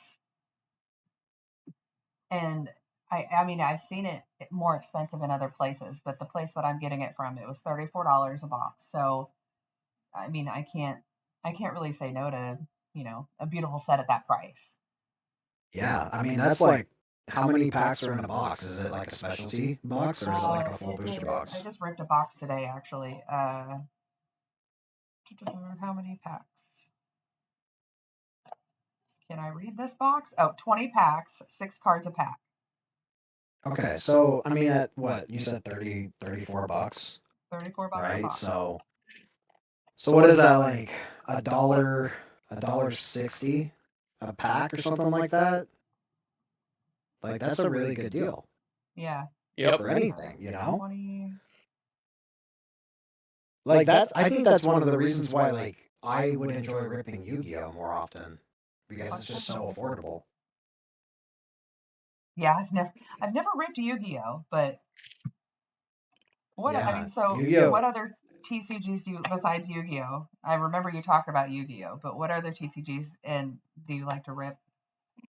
So if I can, I will. It depends. Like with like Union Arena, there's a lot of I. So One Piece never grabbed me. I have a One Piece deck. I play a Teach deck. Like it's fun, but I don't rip One Piece. And then I got like stupid expensive to even do it, so I totally passed on One Piece. But if I can find Magic, that is of a set that I like, I'll rip some of that. Admittedly, it's mostly the Final Fantasy one, to be honest. But Magic is cool. Yu-Gi-Oh is really cool, but it's like overly complex to play, so it's not easily. Like I don't get a lot of it because it doesn't matter if I have a deck or not, because I can't really play with anyone because no one wants to play it. And then like you have like Weiss Schwartz, and Weiss Schwartz has a lot of cool alternate like IPs and stuff like that. Like I have a Don box behind me, and I really like Don. And that's why I also changed my brand to TCG Den because I didn't want to be stuck with only Pokemon. Right. I want to be able to offer a lot of stuff. Yep, that's why mine's trading. Yeah, not Pokey. Yeah, Pokey really locks you in. Yeah. It's weird being the Pokey guy. Oh yeah, the My Little Pony. Oh, I also like Cookie Run. Cookie Run's kind of fun. Dude, I love my daughter and I have been opening some My Little Pony, and I'm telling you, I think Pokemon could definitely take a page out of their book with some of the designs they have on their cards, like the texturing, the die cuts, I mean, it's just all of it is amazing. Yeah, I mean, if you look at Pokemon in terms of like card quality, it's definitely like fallen behind to a lot of these competitors. Yeah, no doubt. That's why. I mean, that's why I really liked, like I was saying with the old like XY Sun and Moon like full arts and stuff, because I really liked like the thickness of like the engravings and stuff, and they really let that go and kind of made it more flat and. I think that illustration rares was like the best thing they've ever done, and they clearly understood that because of like all the alt arts and how popular they were. Like they know what they're doing. Oh, here. Shut the That's front cool. door. Hold on. Yeah. I'm gonna get it out with my saucy hands. Look, I probably have grease on there. Oh my Your gosh, you're greasy hands on all these beautiful cards. Yeah, hell yeah. If you want to open a TCG that has beautiful art in it, check out Yeah, Shadowverse Evolved. Shadowverse Evolved. I really wanted to open up some Gothic, which is from Sorcery. Yeah. Or Gothic. Yeah, that looks really cool. This looks like you can shave down butter with it. Yeah. Dude, for real. I think the texture too for Pokemon like was better then than it is now. Yeah, 100%. I think the reason why that is the case though is because at the time the texture was the art, and now with like SIRs and stuff like that, like the actual illustration is the art, so they kind of put it off to the side. But like before, you would look at it and you'd be like, wow, look at all the intricate like engravings and how it's making this swirl in this spot, or Yes. you know how it really like focuses on the centerpiece and then flares out. Like that was the art form, and they definitely let that go to just be like, hey, make it look good on this, Venusaur or whatever. Right. Yeah. Yeah. I think that I would love to open some of the other TCG types, but I'm just not into, I mean, like the artwork, I love the artwork of Shadowverse. And that's the only thing that's pulled. I don't know how to play the game or anything like that. Like Pokemon, I actually enjoy playing the game.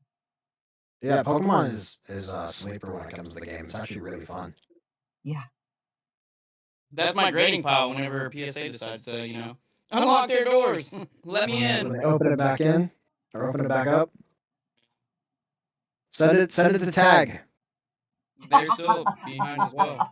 You hear that now? Send it to tag. I know. Tag it and tag it. I'm the biggest tag shill ever. I love tag. I do too. I do. I like the way they look and everything. Yeah. I am a tag fiend. Yeah, I think tag is amazing.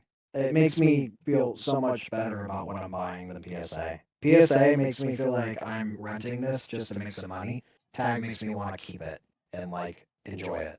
Yes. So as a vendor, this Yeah. is a good question for you then too. Like as a vendor, I know PSA is like the end all be all for most vendors. Are you seeing tag make a come in like onto that PSA? So I was one of the first to really adopt tag in my case, and I was buying tag on eBay. Like I was buying like old vintage cards that were like 10s and stuff like that off of eBay, and I put them into my case, and they didn't sell at all, so I stopped. They would just sit there forever. But as far as now, I would say that depending on the card itself, it can change things. If you bring me a full art, Stunfisk, that's a tag. It's not. There's no way it's ever gonna sell, right? Like I'll be stuck with that card forever. A PSA might actually sell. You'd be shocked, but it has to be something that is like a really high end desirable chase card, and then sometimes the tag will actually sell for more than the PSA because it has like this like weird premium on top of it for like 10s. But for like regular average Joe transactions, like just bulk submissions, tag is really just not there. I wish it was, but it just doesn't have that presence. It's almost like a novelty thing. Like, oh wow, a tag, and then that's it. And a lot of people will pick it up and look at it and then put it back. Do you think that it will get to that point? I think that it takes more. I think it takes more presence from larger vendors to make it happen. I think like there was one big whatnot stream or not whatnot TikTok streamer that was like all tag, right? Yeah. And You know I would who- go in there. Huh? Sorry, go ahead. I get excited sometimes and I like to interrupt. Apologies. No worries. But yeah, they were selling all tag, and I remember going in there and like people were just crucifying them for selling tag.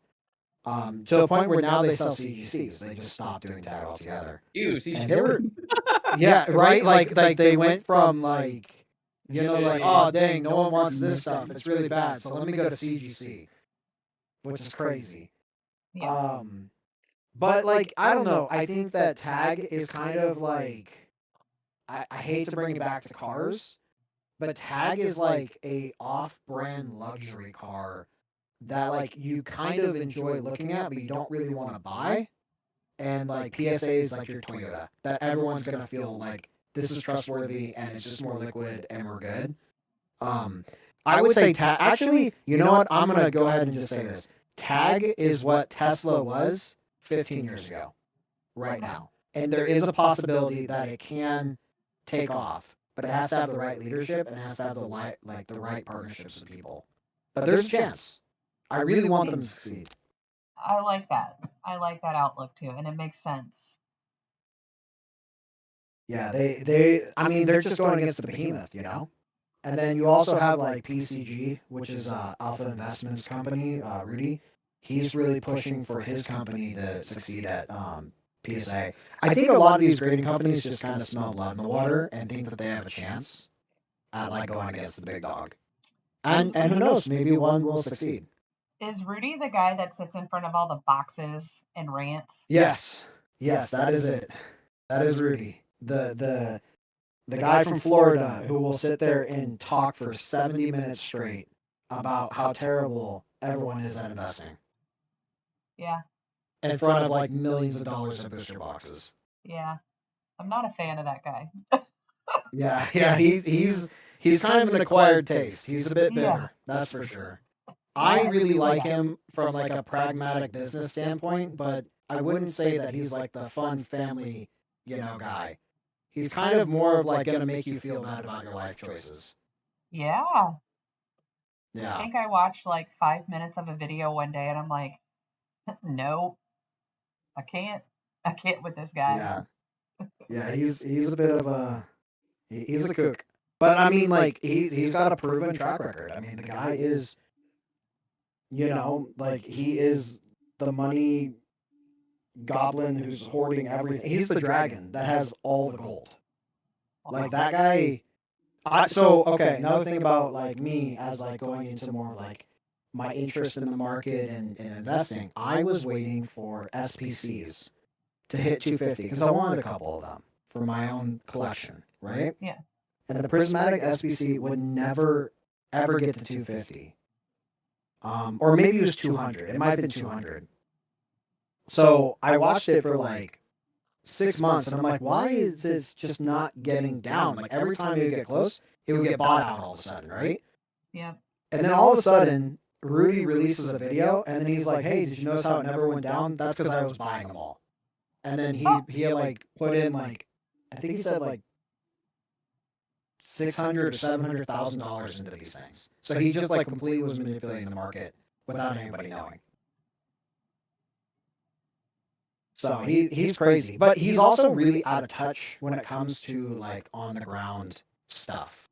He doesn't know what it's like to be a collector in the modern ways of how it is. He doesn't know what it's like vending. All he knows is how to spend a bunch of money on a bunch of product, and that's it. And then not get rid of it. Yeah, and not get rid of it. Yeah, he just has like he'll like I'm a part of his Patreon, so I can get stuff from him.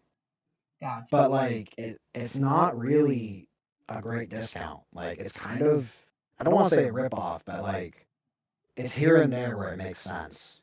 But it makes more sense for him because he's making so much money off of everyone paying him monthly. See, and for Sorry.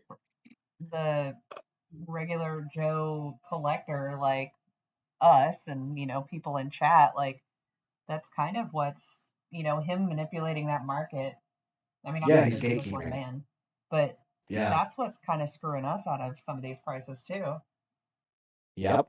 You're totally right. And like the thing is that he'll sit there, like you can take the position of like he's one man, but he literally is the guy who's gatekeeping it because he has the largest position of SV out of anybody else in the entire US. And I think that like other than maybe Distro, and I think he even at this point surpasses Distro. He has so much. It's crazy. Yeah. And Yeah. what's I think his stated goal. Huh? Where does he live?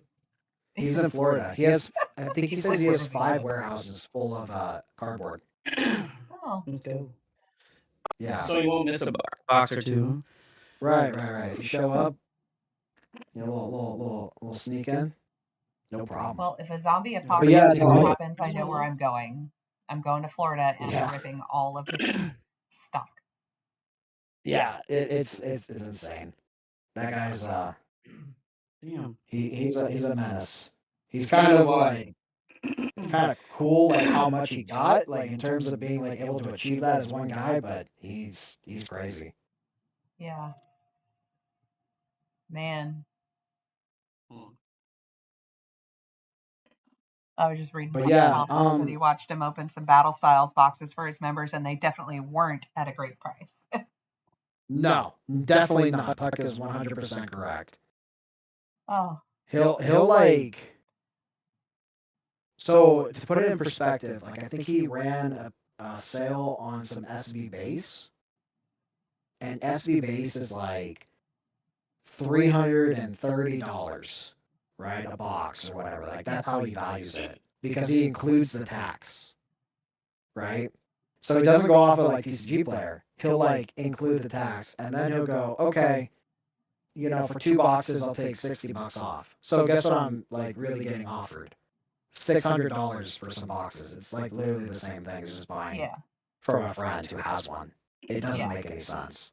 No, So that's what Buck's referring to, and it's totally true. that's crappy. Yeah. Crappy. I think. What I wanted to butt in earlier about this. Do you know who the biggest people that prohibit tag from being bigger than what they should be? Who? Vendors. What was your question? Oh yeah. Yeah, totally. Vendors is the main reason why tag is not what they should be, because the people that basically run up anything that deals with slabs is vendors. Where do you see more slabs going through than vendors' hands? And the thing is that vendors, the typical vendor that's been in the Pokemon business for a while now, only accepts PSA or the Beckett. So, Yeah. Yep. And And occasionally a CD Silver Steam. And that's it. And that's why I tell everybody to go to if you're thinking. So if you get or grade a card that's your Grail card or something that really means a lot to you and you think you're going to hold on to it, go with any other company. Like, it doesn't matter. Go with Tag because that's like makes it the card shine. But if you have, without a doubt, think that you'll ever trade it or sell it off somewhere else because you might need a little bit of money or something like that, then go with PSA. Yep. And that's what I was saying about like with PSAs. That like as for my experience, I feel like when I'm holding a PSA card, I'm holding something that I know I'm gonna sell. So therefore, I feel like I'm just borrowing it to get rid of later. With a tag, I actually feel like I own this thing. Like it's special. It's more special to me for some reason.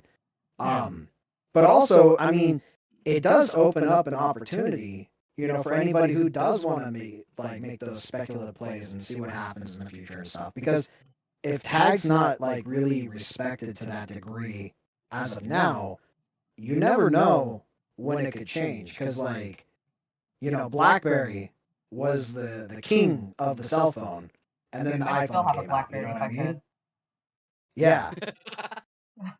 But like they own the entire market. They're everything. You never know. Try something new. So, Have fun. Who would you say, as far as common slabs, would you disregard grading through completely? Not like the crappy small ones, but as far as like the bigger companies. Oh, for the most part, the BGS, to be honest. Beckett grading services? Yeah, because the problem with Beckett is that you have the black label or like pristine 10, or it's not really good. Because the problem is that it does command that premium price, but like because they've set it up to where there's a higher one you can get, it makes people who would be interested in the Beckett go to the higher priced one, and then anybody who would be willing to take the lesser price would rather go to PSA and get a 10. So like 9.5s and like non-silver or non-gold 10s, they just don't move. Yeah, I would say. Yeah, you're correct on that. What about CGC? Hey, real quick, CGC, I think is. I'm gonna step away Good. for a second. Okay. Yeah. Now we let the boys talk a little bit. Mary, all right? Little bit of market talk here. CGC is CGC is, you know, it's whatever. I think that CGC is fine if you have any questions on your card. Like I would rather send a card that I really like to CGC, knowing that it's not going to get a 10 and a PSA, because you never know with CGC. They're a little bit more easygoing about it. Yeah. And then also, like, if you're just trying to get, like, you know, your buddy's first card or first slab, you know, or like some kid's first card, CGC is a little bit more affordable and a little bit easier to get, and it's also like a pretty decent company in terms of like its notoriety. So it's Fiat. Yeah, it's a Kia. It's a Kia. It's a Fiat. That's a good way of putting it. But like, you know, like for me personally, if I was collecting video games, I would like to have a CGC, you know, copy of Majora's Mask. Oh You know, yeah. N64. So yeah, they do the video games and all that stuff. Yeah.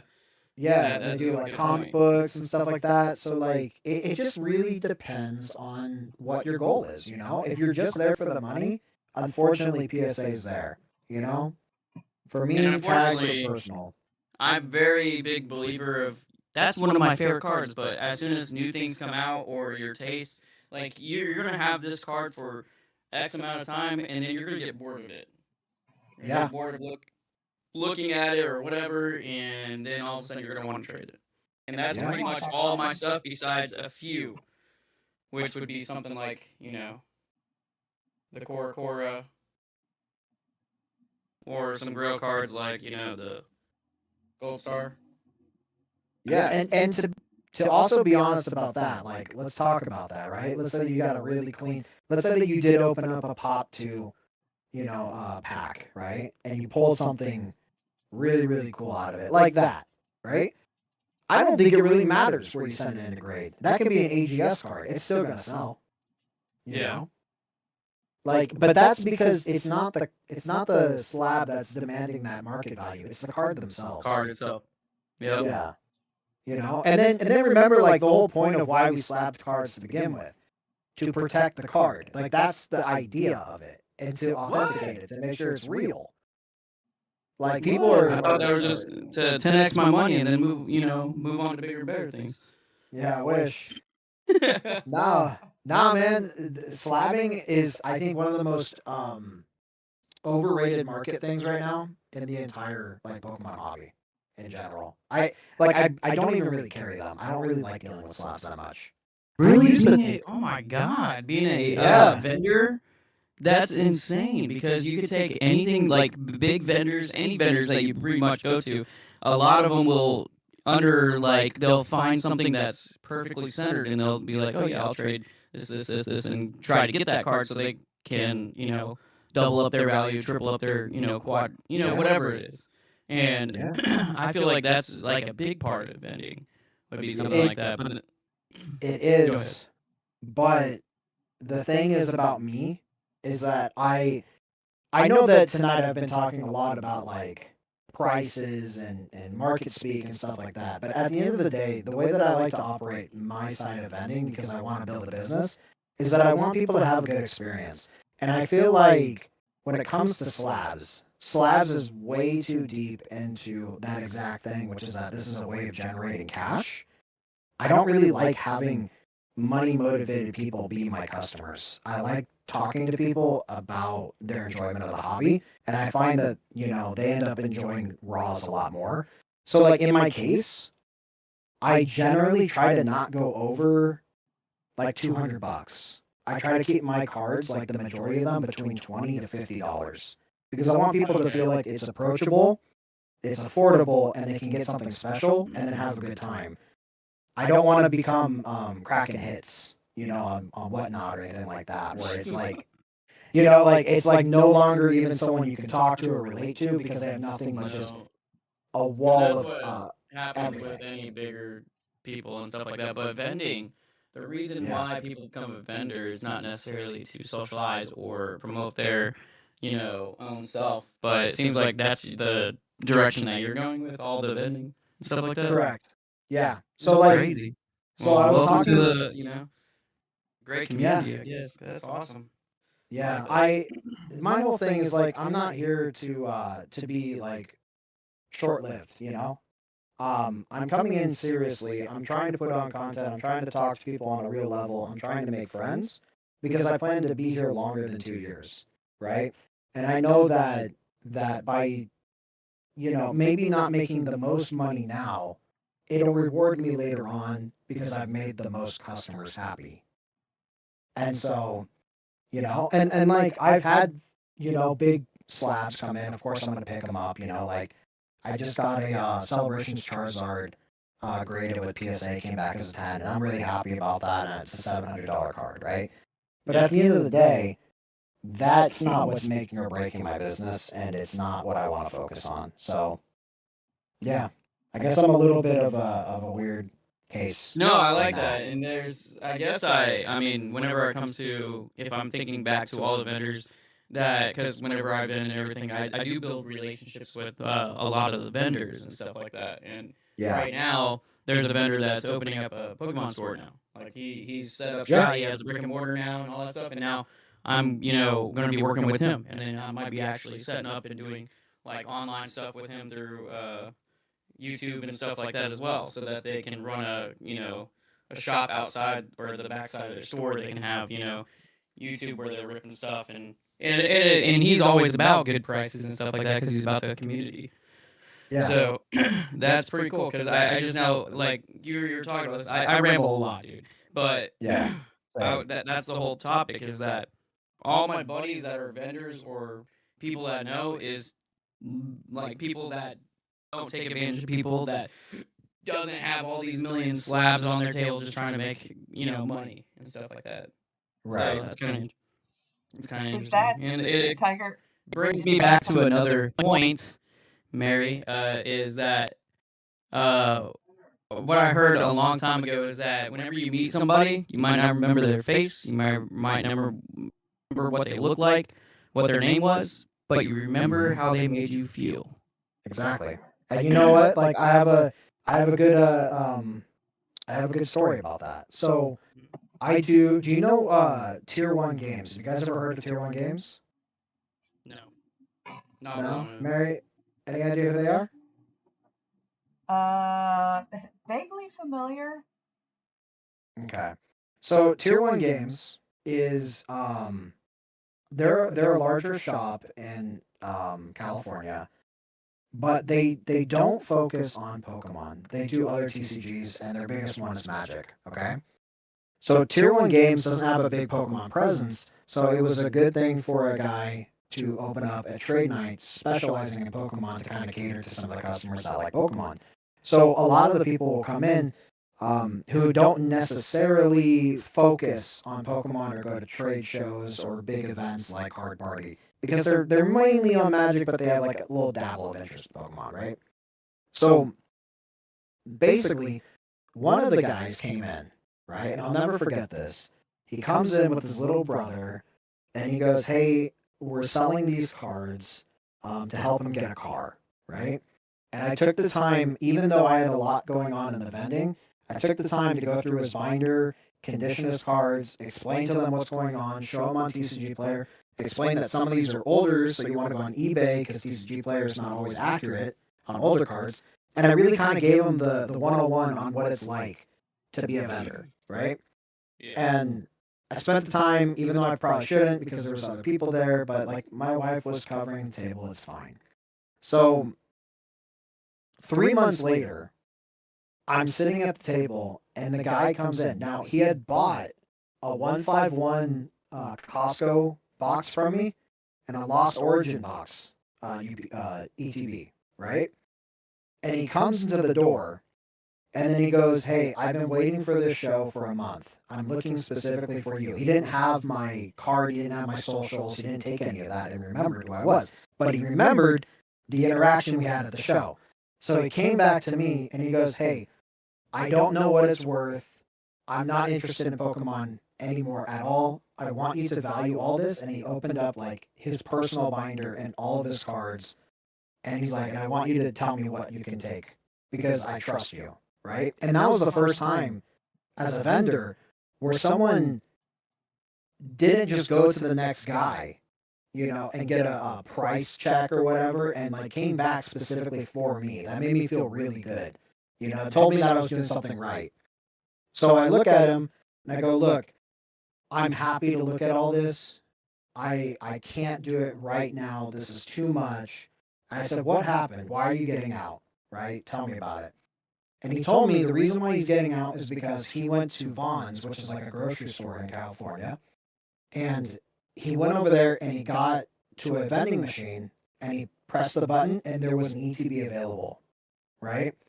He went to buy it. Somebody else shoved him out of the way and then tried to buy it, instead.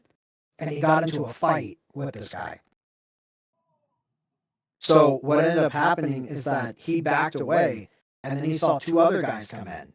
What was going on is that these were the guys who know how to time the machines and they're coming in for their 30-minute rotation or whatever. And they were all about to buy out the machine and this guy happened to be there at the wrong time. So he basically got into a conflict with them. And then he walked away and then he watched 2 other people who were stopping the machine go to blows and start fighting each other like Poke Streets.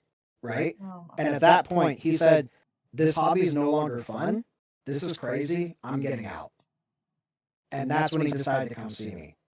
So I basically heard that story. I talked to him. He was there with his kid and his girlfriend or whatever. And I was like, "Look, I don't know everything here. You do have some older stuff. I have to go through conditions like we did before. I'm like, if you trust me, I'll take it home and I'll sell you the money tonight. I just have to price it all out." And he's like, "No problem." And he started to walk away and I was like, "Hold on." And I gave him $300 cash. I'm like, "This way you're not walking out of here without nothing. Take the money." And then he left. And then that night I ended up giving him like $700 for the rest of it. But it was like a really cool like experience for me to have built that rapport.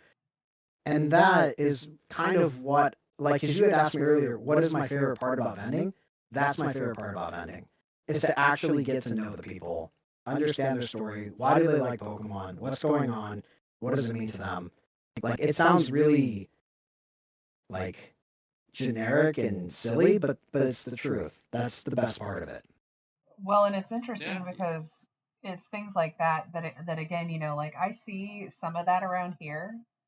But I also see vendors that just like don't even really want to have a conversation at all. Like they're Oh, just yeah. there, just kind of spaced out and buy my stuff, you know. Yeah. I also think, though, like, that kind of goes both ways. We're kind of like an anomaly, being that we're comfortable enough to be on camera or at least on YouTube and talk about the hobby and kind of have that social outward look on things. A lot of people, both vendors and collectors, are kind of like stereotypically nerdy people and socially awkward. So sometimes you gotta kind of work them a little bit to break them out of it. But there definitely is vendors who like won't even look up, and it's like you got to at least do the head nod, Yeah. Like that's a minimum. Acknowledge the person's there. But yeah, I've met all sorts of characters, and some people are very initially standoffish, and then you get to know them, and they're actually pretty cool. They're just socially awkward people. Yeah. Yeah, I definitely have. I have better interactions with other people that are floating around the shows than I do with most vendors because like I said, a lot of the vendors that I see, and I really truly do not, I don't know if it's just the area or, Yeah. or what, but I do see a Yeah, lot you of have people those that are vendors just out like, there. yeah, I'm just here They're for Yeah, the like, there. you I want mean, to do there. business or you want to, go out for coffee. Right. Yeah, there's definitely those types. But like, I'm really sad to hear that because that tells me that like your perspective on vending is probably really tarnished from what it should be. You know,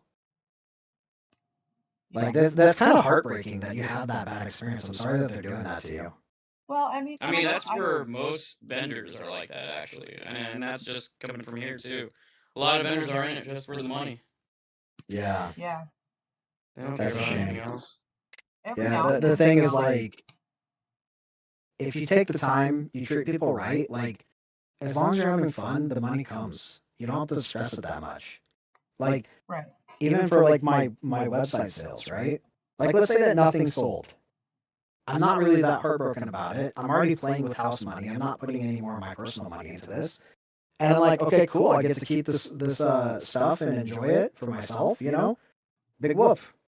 You know, it's kind of I can't wait for this market to get crushed from greed, honestly. And when like everybody disappears and then only like the true lovers of the hobby stay. Yeah, Because like it is amazing how all of a sudden the interest like I have good friends who were all in on One Piece. And then as soon as One Piece started to kind of stagnate, they left One Piece. Then they came back to Pokemon. Now they're out of Pokemon again. You know? yeah. It's I like mean, it's like what? where do you actually like this or are you just there for the money? Right. So what kind of collector are you then? Do you like master sets? Do you like single? Like what's your kind of collecting? Um so I like sealed. I'm definitely a sealed Yay. guy. I like You know? sealed. I like sealed, but because a lot of it is like furniture pieces, you know? Like I don't really care for Phantasmal Flames very much. Not my favorite set. Yeah. But I think that it's very cool that there's a Gengar on the box. So I didn't sell my Phantasmal when I probably should for someone who doesn't like it because I like the Gengar. And I'm gonna hold it, and it is what it is. As far as like what I collect, I like to focus on specific Pokemon. So my favorite Pokemon is Haunter of all time. Like that's number one. Yes. And then by extension, Gengar gets to be a big one for me as well as Ghastly. I also really like Kingdra for some reason. Kingdra is very cool. So I have a bunch of Kingdra cards. But other than that, I just kind of collect what I like. Like here, I'll grab my binder and I'll just start reading some of the cards that I have to kind of show you the randomness of this. So, man, I wish I got my camera ready. I want to show you guys.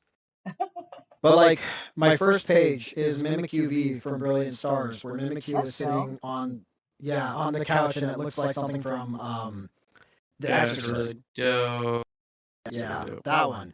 My favorite card from the V alt arts in general is Mew V. So I have Mew V on this page from Fusion Strike. I have Greninja that I pulled from Twilight Masquerade. Greninja's not my favorite, but that's a really cool card. I'm happy to have it.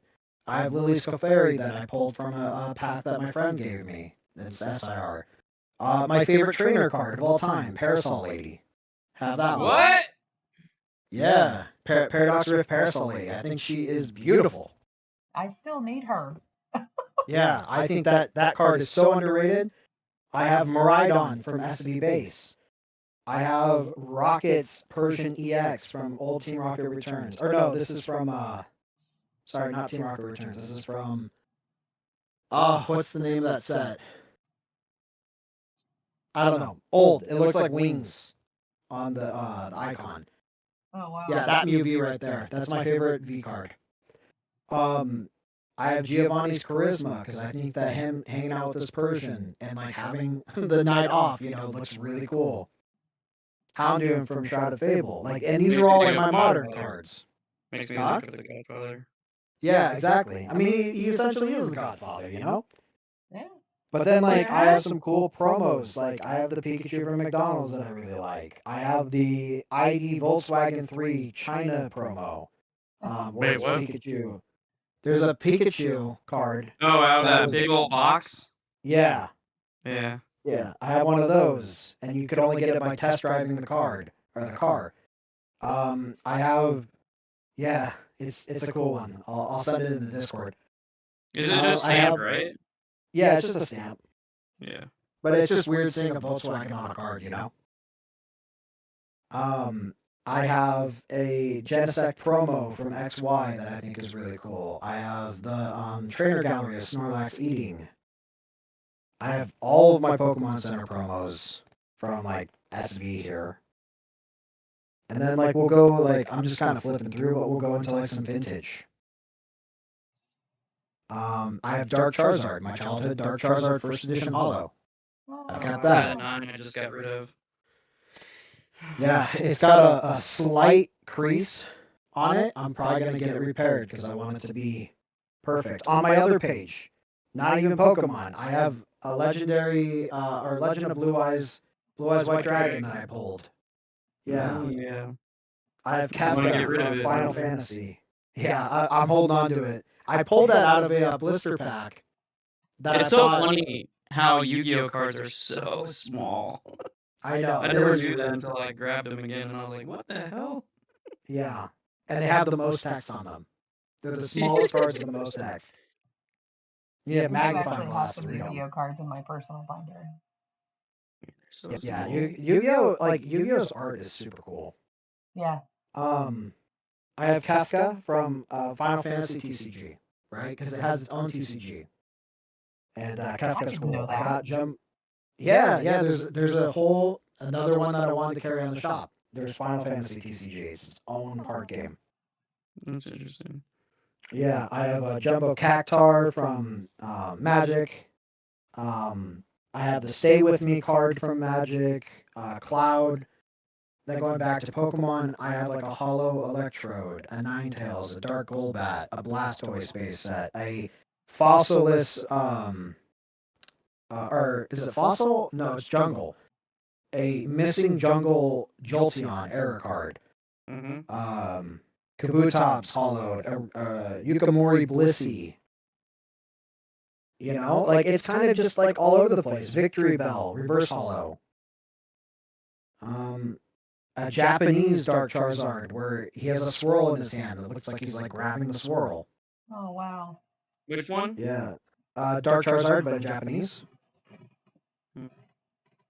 Yeah, I have Sabrina. Yeah. Where he's looking back at it. Yeah, that one. He's the Insta Charizard.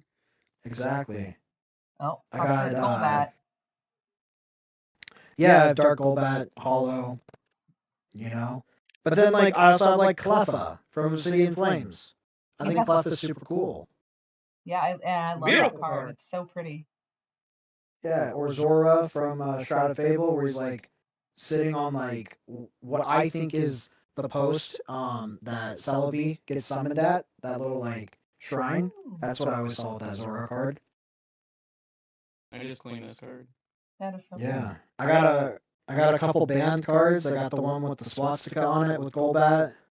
The one where Grimer's looking up the girl's skirt. Yeah, the main cards.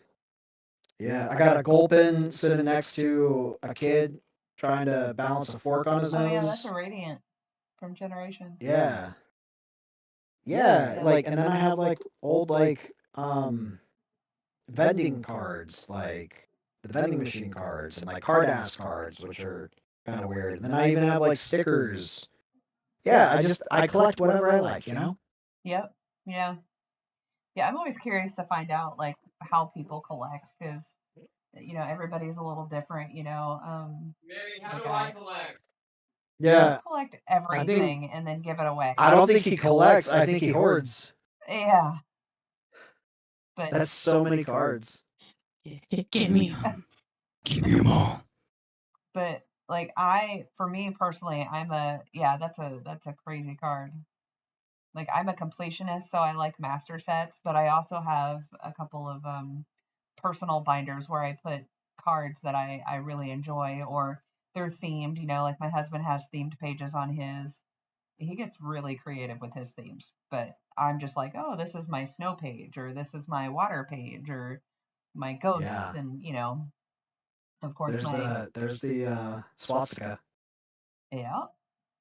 Yeah, the My symbol two of favorite peace in Pokemon China. have their own pages, so That's it's awesome.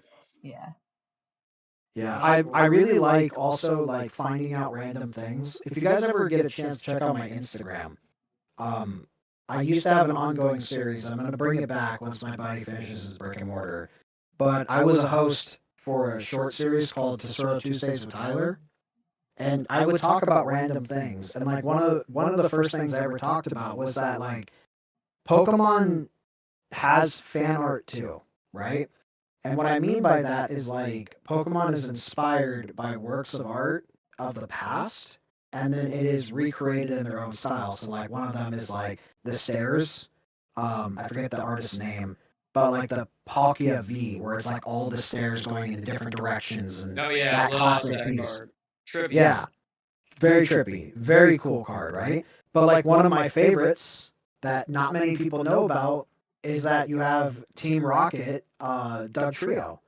The Team Rocket Doug Trio is a reference to Van Gogh's The Bedroom, as well as a reference to the video game where you get Dig because Team Rocket used Doug Trio to break into a house. It's both. It's very cool. And like it's just an underappreciated Yes, card. MC Escher. Puck got it. I was sitting here racking Yep. my brain. Go Yep, get the MC Cramorant, Escher. Al. Go get the Cramorant. I already traded it. No, you didn't. No, not the Yeah, Cramorant. Are we talking about the flying one? That thing. You traded that for the. Oh, you are so mean. No, wait, no. The Cramorant was part of this deal. You are killing me. Are we talking about the Cramorant from the post office? Yes. The Yeah. pretty like artsy Cramorant. It's only that $800. I can go buy it again if I want to. How much? 800.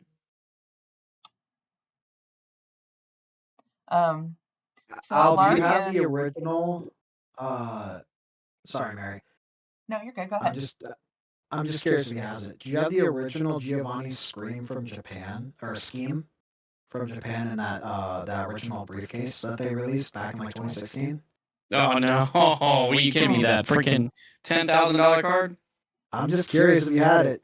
Yeah, A lot of heat there. That's another very, very cool card. Yeah, that's a $10,000 card you're talking about, and it's so weird. It's like it's a cool card, but nowhere near 10,000. It's just because of how exclusive it was. And I'm like, yeah, no, I'm not gonna get that. Alaria is asking if you think, or what the thoughts are about how sealed collecting could be what is making it so expensive to find packs to open for single collectors. It's investors. It's $1 million investors. I have a take on that.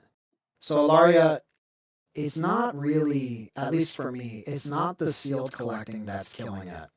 What's happening is it's just the supply stream and the amount of people who are willing to pay higher than the market price on TCG Player for cards on TikTok and whatnot.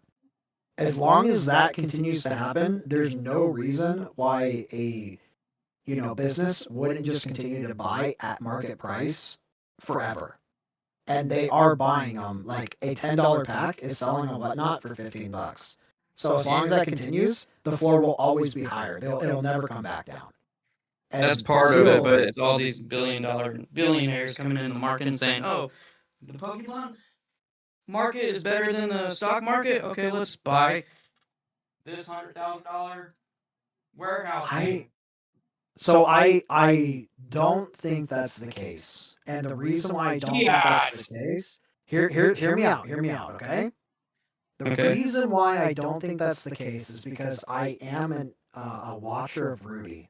Okay, this goes back to Alpha Investments, and Rudy is complaining that he can't get enough, which means that if the rich guy is sitting there and he's saying, "I can only get half a pallet," there's not enough in the market to satisfy those billionaires to even meet that like quantity anyways. So I don't think that they're like hoarding it all and putting it into warehouses. I think that the pie is so thin and everyone's getting a slice and it's too thin. And then on top of that, you have such high demand on these platforms for rip and chips that it just blows through that pallet that Rudy would get in 2 days anyways. Yeah, I really think it's all being opened. Yeah, I mean that's part of it, but where do you like they were saying the round 2 of Send It Here bundles was going to be stocked Walmart, Target, all that stuff? 0. Where did it go? Where did it go? You know what? Okay. I'm glad that you asked that too. I have a story about Walmart. So, Walmart 2 years ago had a Black Friday deal. Okay? And the Black Friday deal was the Serena and the Tyranitar boxes. Yep, you remember those? You want me to grab one real quick? Sure, show the audience. Let me tell you the scam, boys and girls. This is crazy. So the box itself was going for, what was it? $20? It's around there. Yeah, it was a Black Friday deal. Hell is it? Huh? Just keep going. Okay. So it was a Black Friday deal for $20, okay? You can go in there, and at least for my Walmart, there was a limit, okay? So Black Friday goes by, everyone buys them. The next week, the boxes are back on the shelf, right? But now there's a sticker on the shelf that has MJ Holdings on it, right? So I go over to the concierge, like the cashier, and say, "Hey, can you match this price? This is a product sold and shipped by Walmart. I can see it on the website." That's their policy. They should be able to price match. And at the time, I think it was like $23 or whatever. Like they raised it a little bit, but it wasn't that much. Must have opened it. Oh, you opened it? It was a good value. I don't recall. I go into drunken states where I just open shit. That's so scary. So the Walmart box is on the shelf, Mhm. and it has the MJ Holdings price tag on it, or a barcode. And so they scan it, and it's $40 now. And I'm like, how in the world is this happening, right? So here's what I'm getting at, guys. MJ Holdings has an exclusive deal with Walmart to provide Pokemon product. Walmart has an exclusive box that can only be bought for Walmart. How did this product end up having an MJ Holdings sticker on it prior to me being able to purchase it if it's supposed to be sold at Walmart? That tells me that somewhere in the pipeline, Walmart corporate sold all of their exclusive products to MJ Holdings. And Well, who's the other company? G something that's part of Walmart that yeah, GT Collectibles. GT Sorry, that's what it was. GT Collectibles was the one who was selling it for that price. So that means that Walmart sold it to MJ Holdings, and then MJ Holdings put it under GT Collectibles to sell it on the shelf. There you go. But the point being is that before the product that was exclusively meant for Walmart could even get on the shelf, it was already bought by GT Holdings. That's crazy. That's a little shady. Right? I was like, this seems like very illegal because like that's an exclusive product made by Pokemon for this, company. So how did they get an opportunity to buy it before it was even available when it's supposed to be only for them? And the same thing happened with this Zapdos UPC. GameStop was supposed to be Moltres? Yeah. Yeah, sorry, Moltres, yeah. But yeah, the Moltres one was supposed to be a GameStop exclusive, yet everybody had it before GameStop had theirs. Huh. So in the world of like big business, there's definitely problems there too. no doubt. But I'm just saying for the general like average buyer, I really don't think that an individual person is able to obtain enough product to sway the market that much. I can't, even if I tried. It's I had all all the about money. the multitude of investors because so there's YouTubers that's out here that does actual like he'll value collections, he'll tell people like what you should buy and all that stuff. Like there's people out there that's making videos that are consultants. They're consultants for these bigwigs and they're telling them what to buy and all this stuff. Now, I don't know what connections they have or whatever, but that there is a problem there. Yeah, I mean, it depends. Are they buying off of TCG Player, or are they buying direct from companies? Right. I imagine that there's going to be distros that are just like because it's not MJ Holdings necessarily. It's like the other distro companies and stuff like that that like holds back their products and stuff like that. And I guarantee you that these millionaires are like, oh, we'll give you 10% above. This is all speculation as far as that, but I know there is people that are consulting with millionaires that don't give a f about this Pokemon at all. They just want the money, and so these guys are consulting, saying from us because we know what is good, what's bad, all that stuff. And they're telling them, go buy team up boxes, go buy this, go buy that. Ascended Heroes, gobble it all up because it's going to be crazy. And all that stuff. That's what they're doing. Now, as far as after they push off from them and they have the information, where do they go? I don't know. Yeah, because the other problem with that though is that if they had that kind of money to be buying out the market, like if they're coming in and they're buying team up boxes at those prices, like what is it, $3,000 a box now, $5,000?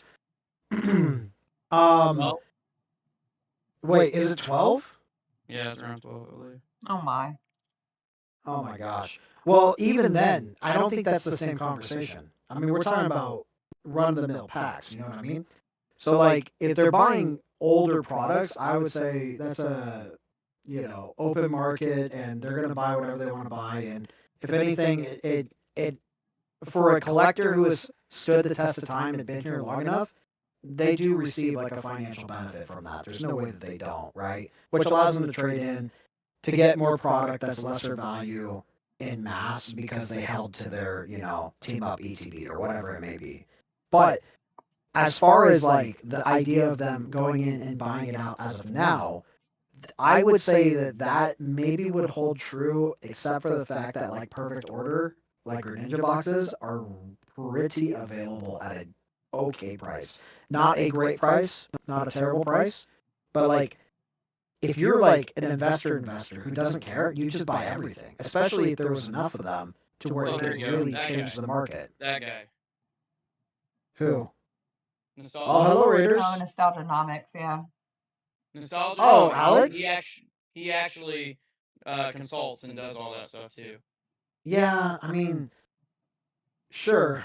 I guess, but like I just and then don't those feel millionaires like are telling, and he's telling them, yeah, don't buy Perfect Order. You're a dumbass, and so he gets paid to consult with all these people. That's the thing. I would love to talk to Alex and really get like a true like reality on that. Yeah, I can see he's live right now. Like I actually watch Alex all the time. I think he's like one of my daily watches. There's him. There's Pokey Profit. Like I keep an eye on the market for sure. Jessica Lurks, welcome in. Pack a day crew. How about you? What you do? We love you. In. Dalton, get that tattoo. Here, Hi, hold up, Aubrey. Dalton. Stick around, Dalton. I gotta look up that picture real quick, Dalton. Oh boy. What know which tattoo? one I it want is. to see. Tiger, have Where you is ever that? been to a Pack-A-Day It's stream? gonna take me a minute. I have not. I don't think so, at least. Oh, you should absolutely try them out. They're amazing. It's a really good time. Let me see. Yeah, Pack-A-Day is pretty awesome people. So yeah, it looks like Tiger needs to go to a couple different people's. Yeah, I'm too busy looking at all the profit guys. I need to pay more attention to the other ones. I'm watching Oh, Poke Profit and Nostalgianomics too much. Let me see. Dalton, that's your tattoo, baby. here we go, Dalton. That's the one. Right in the same place too. You got to get it on the back of your hand, like you're in 6th grade again. What is that? It's a Togepi. I just ran. They rated me one night, and I was like, because Dalton was wanting a Togekiss tattoo, so I just randomly drew it, and someone colored in the red and blue, and I was like, dang, I knew I did pretty good, and I wasn't looking at nothing. We That's have amazing. an ongoing thing with Dalton that when we go to card party in Dallas, he has to get a tattoo. We've been raising money for it for like 6 months. Awesome. You gotta do it now. He's got enough money now. He could probably tattoo his entire body. Just a bunch of Togekisses. I even put it on my YouTube. When I was live, I put a target for Dalton's tattoo, and people were trying to do it for his tattoo, and it wasn't even part of his live or nothing. That's awesome. Yeah, it's a good time. Yeah, so for anyone who just come in, we're just kind of sitting back and talking about Tiger here is our special guest tonight, and he is a vendor, and he has his own TCG shop online. And we're just kind of talking to him about the market and all kinds of fun stuff, vending. So feel free to put any questions you want in the chat, and we'll bring them up. Yeah, if you guys have plenty of questions, shoot away from a vendor standpoint. Tiger got it. He got some questions. You want to be a vendor? Hit up Tiger right now. Yeah. Question. Yeah. It's true. It's a lot of work. There's a lot that goes into it. And also, pro tip: don't use AI to make your vendor banner. A lot of people don't like that. Wait, why? they know. They'll call you out. I've been called out a couple times. They're like, "Did you use AI?" I'm like, "No, for real, I didn't. I really didn't." At one point, I did. All my thumbnails are AI. So you know what's funny is my most recent video. I kind of attacked the AI thumbnails. I made my thumbnail a regular thumbnail that I normally make, and then it was an arrow pointing at an AI thumbnail saying these are everywhere and it needs to stop. But yeah, AI is a controversial topic in the Pokemon art community, that's for sure.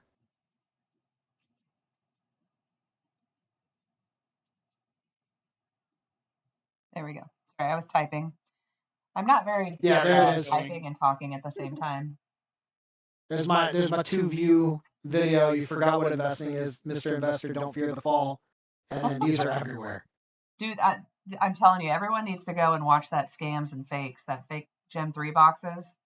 If you are interested in Chinese gem at all, go watch that video. Yeah, it'll help you. I'll definitely go back and watch that card party vending video too.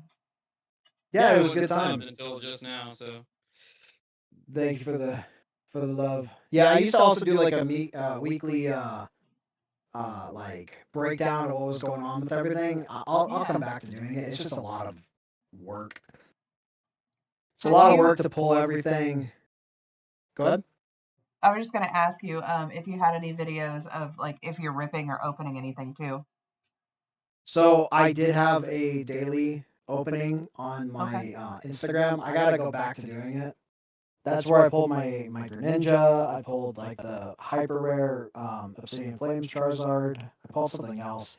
But I kind of slowed down because it was just taking so much time to do the editing and the engagement was really low. So I was like, I wonder if this is really worth like the time being invested on it, you know?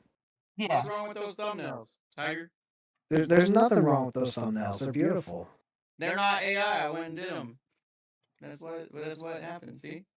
So I guess the one of the things I want to point out in particular though is like those are fine. It's the art, like the really cheesy, like animation where it's got like you can tell because it's like the same source is pulled, and it's always like snore hits or something like that, right? And then it'll be like a really I love that one. I love the grave. It'll be like a really like cheesy AI Snorlax ripping open packs with a big smile on his face or something like What? that. Yeah, I don't know. I'm just coming up with something. But Was it? but those are like a little bit more creative. I'm telling you, there's a feel when it comes to the AI stuff. PokeRev actually posed with that with me. Yeah, that's crazy. But how did I he didn't not know- I get in didn't know that trouble you for got- putting his face on your thumbnail? No, not at all. What's Then the one Wolf good? has to be in a suit and all that stuff. So Ernie is asking. He says, "Where did it go? Did he just take the comment away?" probably. Ernie. Ernie, no, it's okay. Bring it He was back. talking about he had some singles, Laptop. but Oh, was it the Cubone one? no. Yeah, there's some. Although I love that Cubone card. Oh, it's amazing. And that's like a good case of like, hey, Last Yeah, Man on like- Planet. Yes, that's his website. Sorry, I wanted to go check it out. Buy something. thank you for the love. It's pack week, by the way. Anybody who buys something Oh, over $50, yeah. you get a free pack. I was Pack telling Al week. that before we got on. I was like, it's pack week on Tiger's shop. So if you spend more than $50, right, you get a free pack with it. Yep. And Yep. it can be anything. Someone just got a, I think, Alright, because I use so- a die to roll it, I think they just got a Chilling Rain pack in theirs. Holy cow. I'm not going to lie. Yeah. I was really staring hard at that Snow Hazard box. Yeah, do you know how much it's going for now, TCG? It's like over $100. It's I crazy. know. And that's why I was looking at it Yeah. because, like, I have some Snow Hazard, but not a lot. Yeah. Okay, so Ernie's saying I have more than $30,000 in singles subsets in a killer collection. Sell now or wait till later. Do you need the money? That's the answer. If Yeah. you need the Ernie money, always sell needs it. money. If you need money, I'm always buying Sell them it. from him at 60%. Ask him. Ernie, sell it at 70%, not 60. No, he got mad at me the other day because I bought it at 90, and he was like,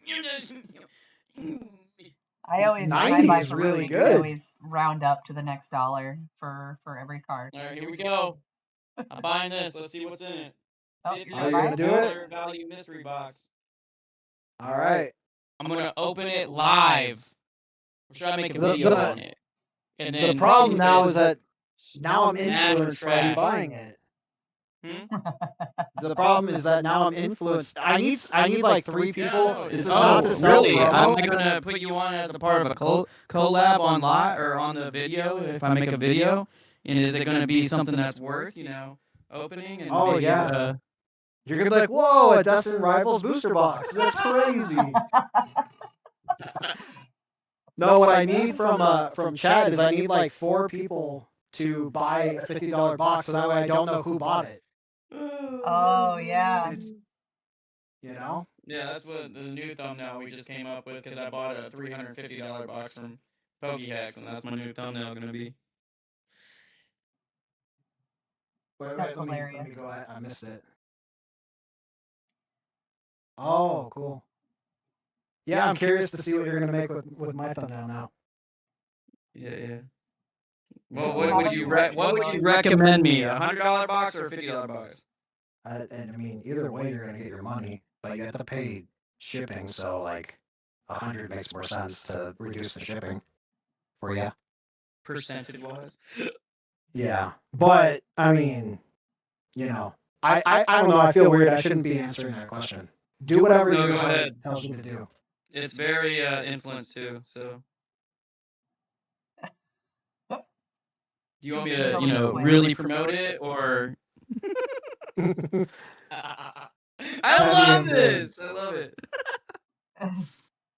No, I was looking at the Snow Hazard, and I was looking at something Oh, else. shit, you I know don't my real remember name. what it was. You need to calm down on that, all right? Now I have to go look. Yeah, the snow hazard I think is one of my better deals right now.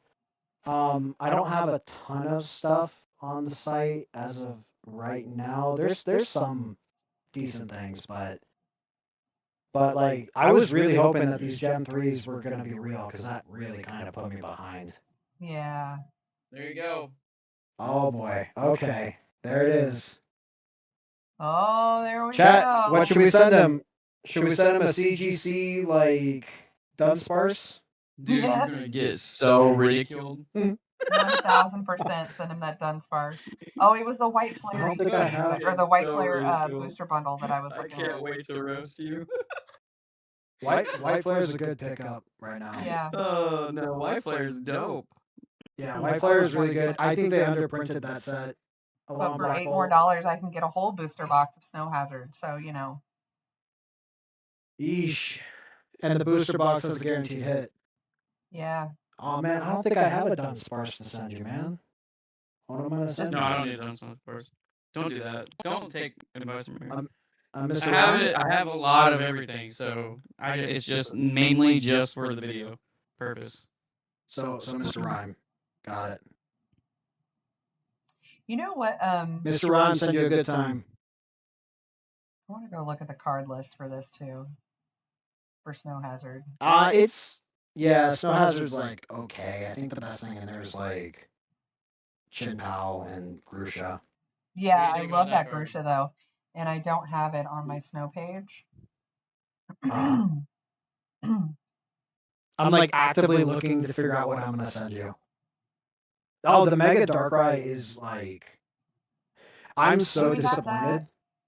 Well, That do you think they actually made it to look like an eye for a reason, or what? Oh yeah, definitely.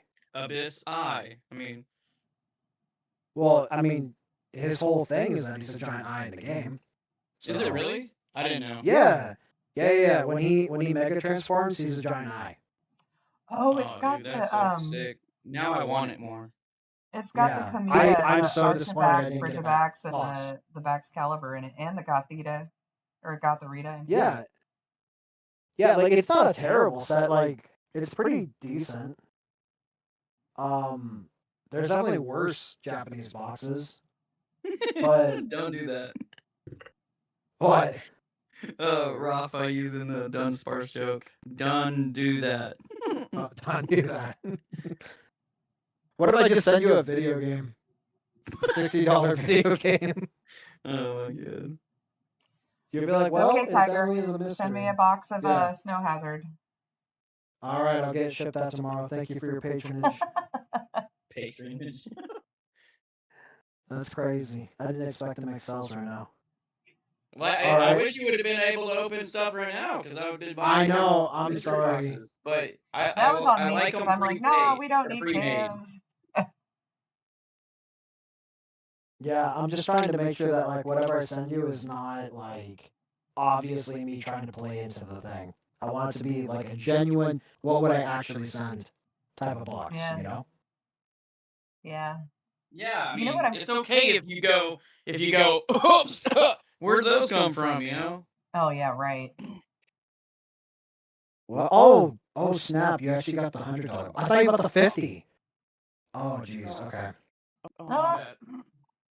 So he can get 2 packs of Evolving Skies and a pack of Scarlet and Violet base. I could. Yeah. Do you want to just be miserable and open up? Maybe I'll send you a Burning Shadows pack. And like a You can pull that pocket full Charizard. of coins. Yeah. Or you could send him Make 10 it packs of fun Pogo. so that it makes it. Think about a video, and what would a video? That's my point. Like I want to make sure that whatever you get, it's peppered with enough content, and that's why I'm trying not to be too influenced by it, but also be realistic. But yeah, I want it to be something cool. And you said that you like weird stuff, right? I like Mew. You want Espeon. Or not? Yeah, Espeon. And then He's talking about products, Al. yeah products. Like I like. you said, you like the unique things. Like your Gengar flipping everybody off. I don't know. Just Send me something cool. That's all it is. Okay. I'm very. I don't care because I always get what I want. So Yeah. just surprise me. Okay. No problem. I got you. I'm gonna send you 30. Jordan Destiny Jordan Rival told fun you to send packs. him a Jason Page autograph. I used to have a couple. I don't have them Oh anymore. no. You didn't Yeah. pay for him, did you? Send him some Skittles, There's a Jordan. trade-in. Oh, okay. Oh Some god. Skittles. A pack of mac and cheese. Some crafts. Yes. Some Oh, sweet- I do have the Pokemon Campbell's soup. You want some soup? I do have that. Whoa, that would be cool. Yeah, that's in my it's in the background of one of my videos. Or actually, it's in all my videos. It's in my my Don't studio. tell me. We have a scalped the soup. package of Pokemon Oreos from like 10 years ago or 5 years ago. However, they're way past Yeah. expired, but There's a hidden Mew. It's a secret rare in that pack. If you get the Mew, it's worth a bunch of money actually. And what? Inside the Oreos. nuh-uh. Really? The old Yeah, the Oreos had a secret rare Mew.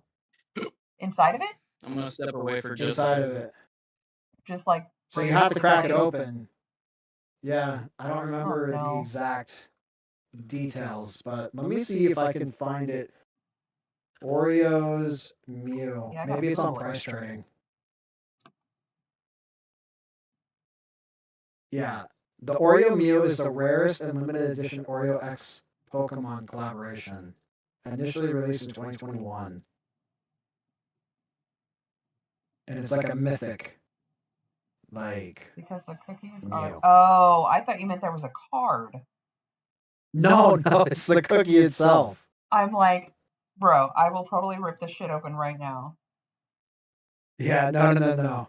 But that's my point. Like, unfortunately, I don't think you can like do anything with the Mew. Like, once you get it, that's it. Like, you can't grade it. You can eat it. Yeah, I don't know if I'd eat a 5-year-old Oreo though. No. Typically between $89 and $180. Yeah, and I'm people on are eBay actually right selling now. this shit on eBay. Yeah. Are you kidding me? Last sold June 16th, Pokemon Oreo Mew for $40. That is so crazy. Yeah. No, I'm not That gonna just shows you buy that Pokemon will never die. an Oreo off of eBay. Can you imagine you get it and it's cracked? They cracked your Oreo. Can you imagine if you get it and it's got a nibble taken out of it? Do you think I could send it to get restored with a card cleaner? I want them Right? to restore my Oreo. Oh man. It's all not But that right there is that's how you know you're a real collector when you're collecting somebody Oreos. dipped it in a glass of milk before they sent it out. Exactly. It's all like soggy. It's like the pink sauce, basically. If you remember the pink sauce. Pink sauce. Yeah. You guys remember the pink sauce? No. Okay. So there's like this viral trend where this woman made like ranch sauce that was pink. And it was like all over TikTok. And she ended up like selling it in mass. She made a lot of money. And then like once all the shipments actually went out, because they're like pre-ordering it, I think. Almost everybody got the pink sauce and it was like rotten because it had milk in it and she sent it through the mail. Oh my god. So Duh. like so they would get it and it would be like all green. It's super gross. She ended up losing the company, I think. But she had like a whole brand deal with like Walmart or Target or something where she was selling her pink sauce.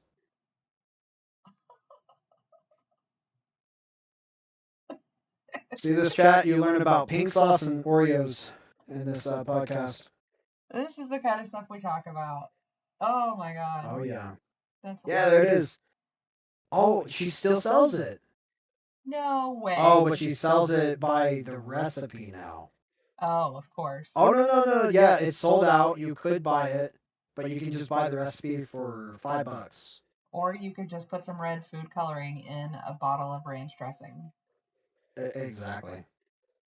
Come on. Chef Pie is an expressional artist, loves to express herself through color and realistic and abstract paintings. Secretly suffering from anxiety and depression, she was desperate to find the source to heal herself historically, and she began selling herbs, fruits, and vegetables to help stabilize nutritional deficiencies in her body. Wow. And Al showing Amazing. off pictures of 30th anniversary Elite Trainer boxes. Can you imagine if that's what it really looks like? It probably will. Dude, that would be so disappointing. So It much. probably will. Let me see if it has any AI in it. What did the Generations box? No, look it like? doesn't actually. The Generations box, That's Finnegan. That's yeah, it had like a bunch of like shadows of all the Pokemon, and then the 20th anniversary. Oh, okay. And then it had a really cool Shaman as a promo. I've opened all of one pack of Generations. I would love to open more, but it's so expensive and just crazy. It's just crazy to try to open it. Yeah. Yeah, and I think also like Generations? No, Generations. Generations 20th. Oh. It's okay. I'm sure I'll let you open up the one behind him. Yeah, right? This is 25th, and it looks like they just copied the background of the 25th completely, so that's a fake one. Yeah. Because if that's you a look fake one. here, it has all the ones from it. Yeah, Wow. Generations. I don't have Generations ETV was mixed up the UPC. Generations was a lot like the 25th. Yeah. But I also think this is like the old school ETB where when you'd open it, like the whole thing would like fall apart. So you really Yeah. couldn't keep it. Yeah, I opened a while back. I opened a box, an ETB. It was a Sun and Moon base ETB, Yeah. and I was amazed by like the difference of the ETBs then as compared to the Scarlet and Violet ETBs as compared to the ones now even. Like Yeah, the quality is like totally different. It feels like it's so like thrown together. I mean, like the packs were just like kind of thrown in there. They weren't Yeah. stacked. They weren't like setting up or anything. Yeah. It was crazy. Yeah, it basically just was like a little like value box. It was horrible actually. Yeah. But I enjoyed opening it. I really enjoyed opening it because I love Sun and Moon. But all right, Al, open your packs, and I think we're gonna call it a night when you're done. Let's see it. All right. And after we're done opening the packs? Yeah, it's after 10 o'clock. Yeah, I gotta pack some orders now. Oh yay! All right, Al. Oh my God, Al, we're speeding through this. I see a real journey to get her, right there. Right? Oh, I think his wrist is hurting. Well, while we have another 30 minutes, Chad, if you have any last minute questions. Dark! Damn it. Wait, hold on. We gotta take a break real quick.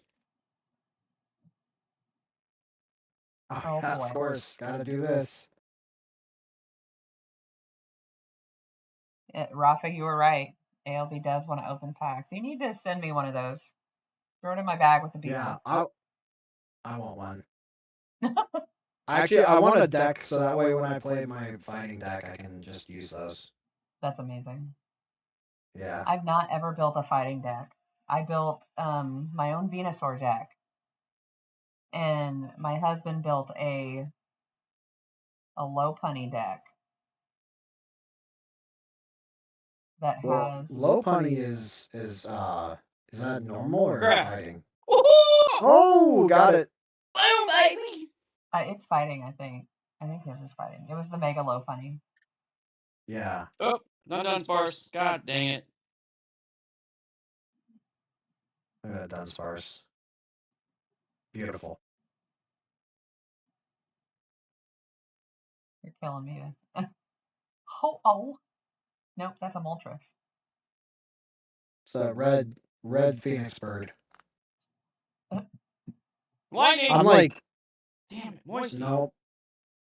I'm just like very interested to see what he pulls now. Tiger, you should definitely join us on Sunday in L stream. We have a good time in there too. Yeah, for sure. Fire. Damn it, again. Mary, do you still open up packs in haunted buildings? I do. When I get a chance. I haven't been hunting much lately.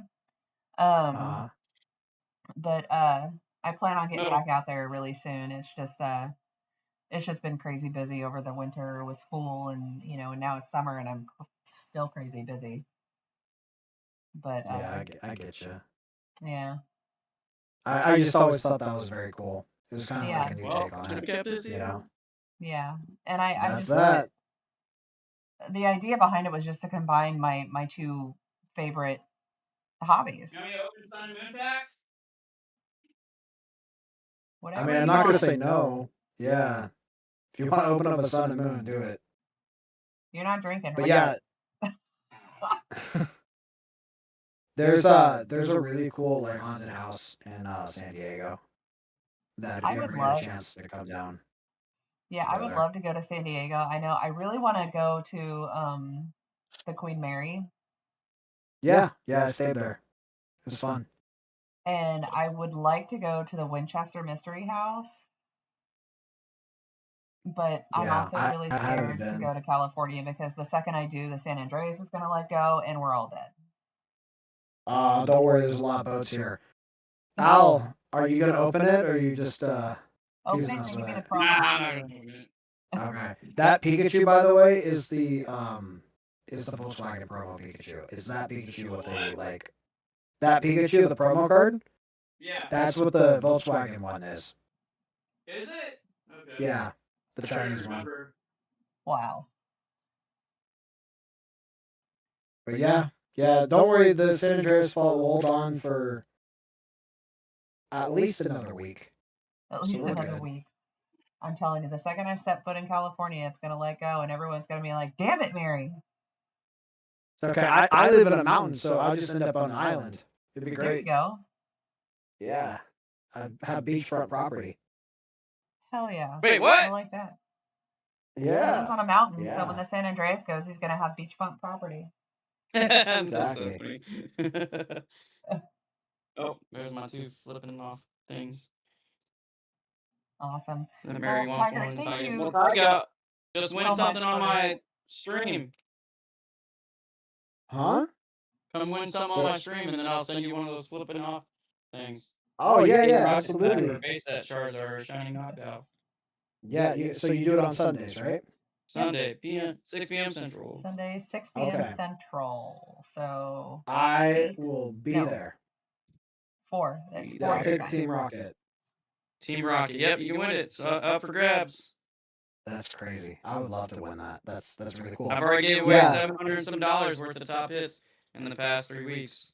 So That's for free. really cool. Yeah, that's really cool. That's very generous. Most of the time, it's a good time. It's a yeah, good time, it's, and you you can know. buy. I mean, you can buy things too. You can buy like wheel spins, and he does some pretty cool duck races that, where he gives away cards. The only or thing I care slabs. about is you going, and when you guys leave for the night, is I just want you to be like, Just like that. Yep. Just like that. Okay, got it. So No, I started with like a DPM. I went to Car Party 2, was a vendor there, got very inspired because of everybody that came up to the table. You could essentially just have a genuine conversation. It didn't matter if they were a young kid, if they were old as crap. It didn't matter if you were black, blue, green, purple. Didn't matter about anything. It was just about Pokemon. Essentially, that was it. And you could talk about anything to anybody that came up there. And it was just a sincere, genuine connection. And I did a live in front of everybody. And it was so much fun that I had to just stick to it, and I brought it home. I upgraded all my equipment. I started doing games that people can do for free, and yeah, and then it grew to where there's 80 to 100 people in there, and I want essentially a lot of these other YouTubers and stuff like that, like DPM and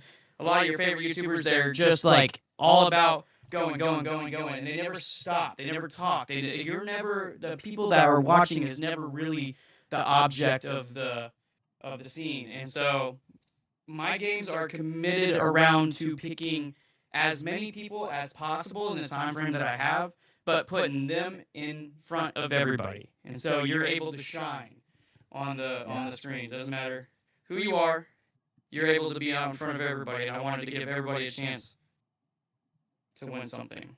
And I've given over thousands of packages out for free. That's awesome, dude. That's really cool. That's kind of what it's all about, like I was saying earlier. You know, like being a vendor and stuff. It's like yeah, the money's cool, but at the end of the day, it's about the experience, and we need Yeah, people my to $5 enjoy in ads I being there. get every month. Woohoo, buddy. Woohoo! That makes a difference. Very Everything cool.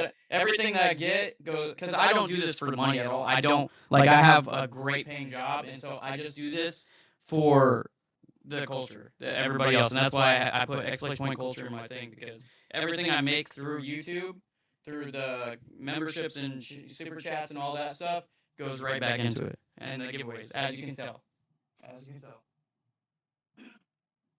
That's awesome. How long ago was that when you did that with A year and Pat? a half ago. But that was it. You were hooked.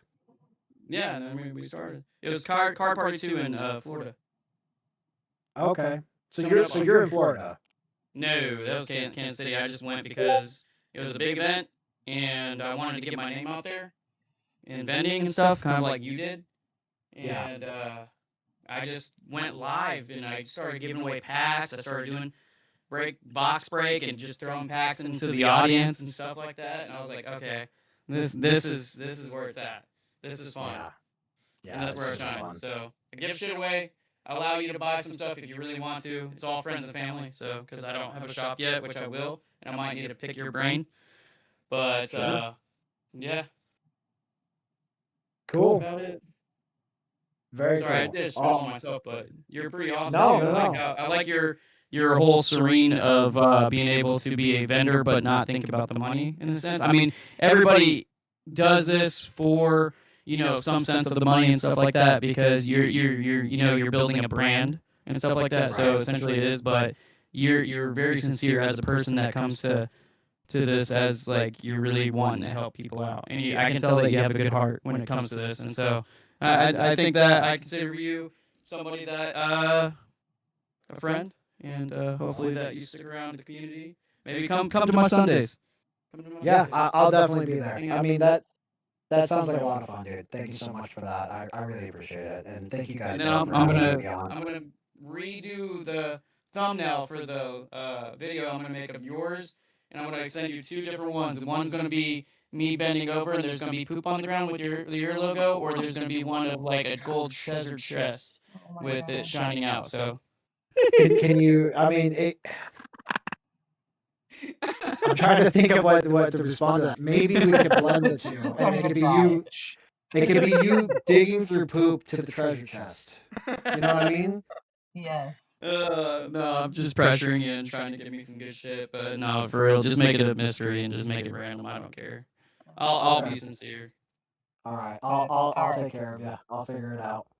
Well, Tiger, thank you so much for coming on and talking to us tonight. It has been a great time. Thank you so And much we for having me. really appreciate the time you took out for us. Absolutely, anytime. Awesome. All right. Well, thank you everybody for stopping in and listening to us ramble For almost 3 hours. for almost 3 hours. It wasn't really yeah. 3 hours. It didn't Yeah. feel like it. Damn right. Yeah. I can go for another 3, but you guys need to go And to if you bed. ever, That's why I do if you 5.5 hour streams. if you ever feel inclined, we're always in the Rip Chill and Hangout voice chat here in Al's Discord. Oh yeah, we talk about bullshit and anything all above day long. Pokemon to your daily dramas to anything. We're a big Awesome. knit community in this Discord. And of course, you're always Perfect. welcome. Thank you so much. I'll be there. I know someone in chat, I think it was Graham, said, "Hey, come to the chat." He had a question, so I'll jump in there real quick. Yeah, absolutely. Yeah. All right. Well, again, thank you everybody. Thank you, Tiger. Yeah, absolutely. Love to all. Be well, be safe, and have a good night.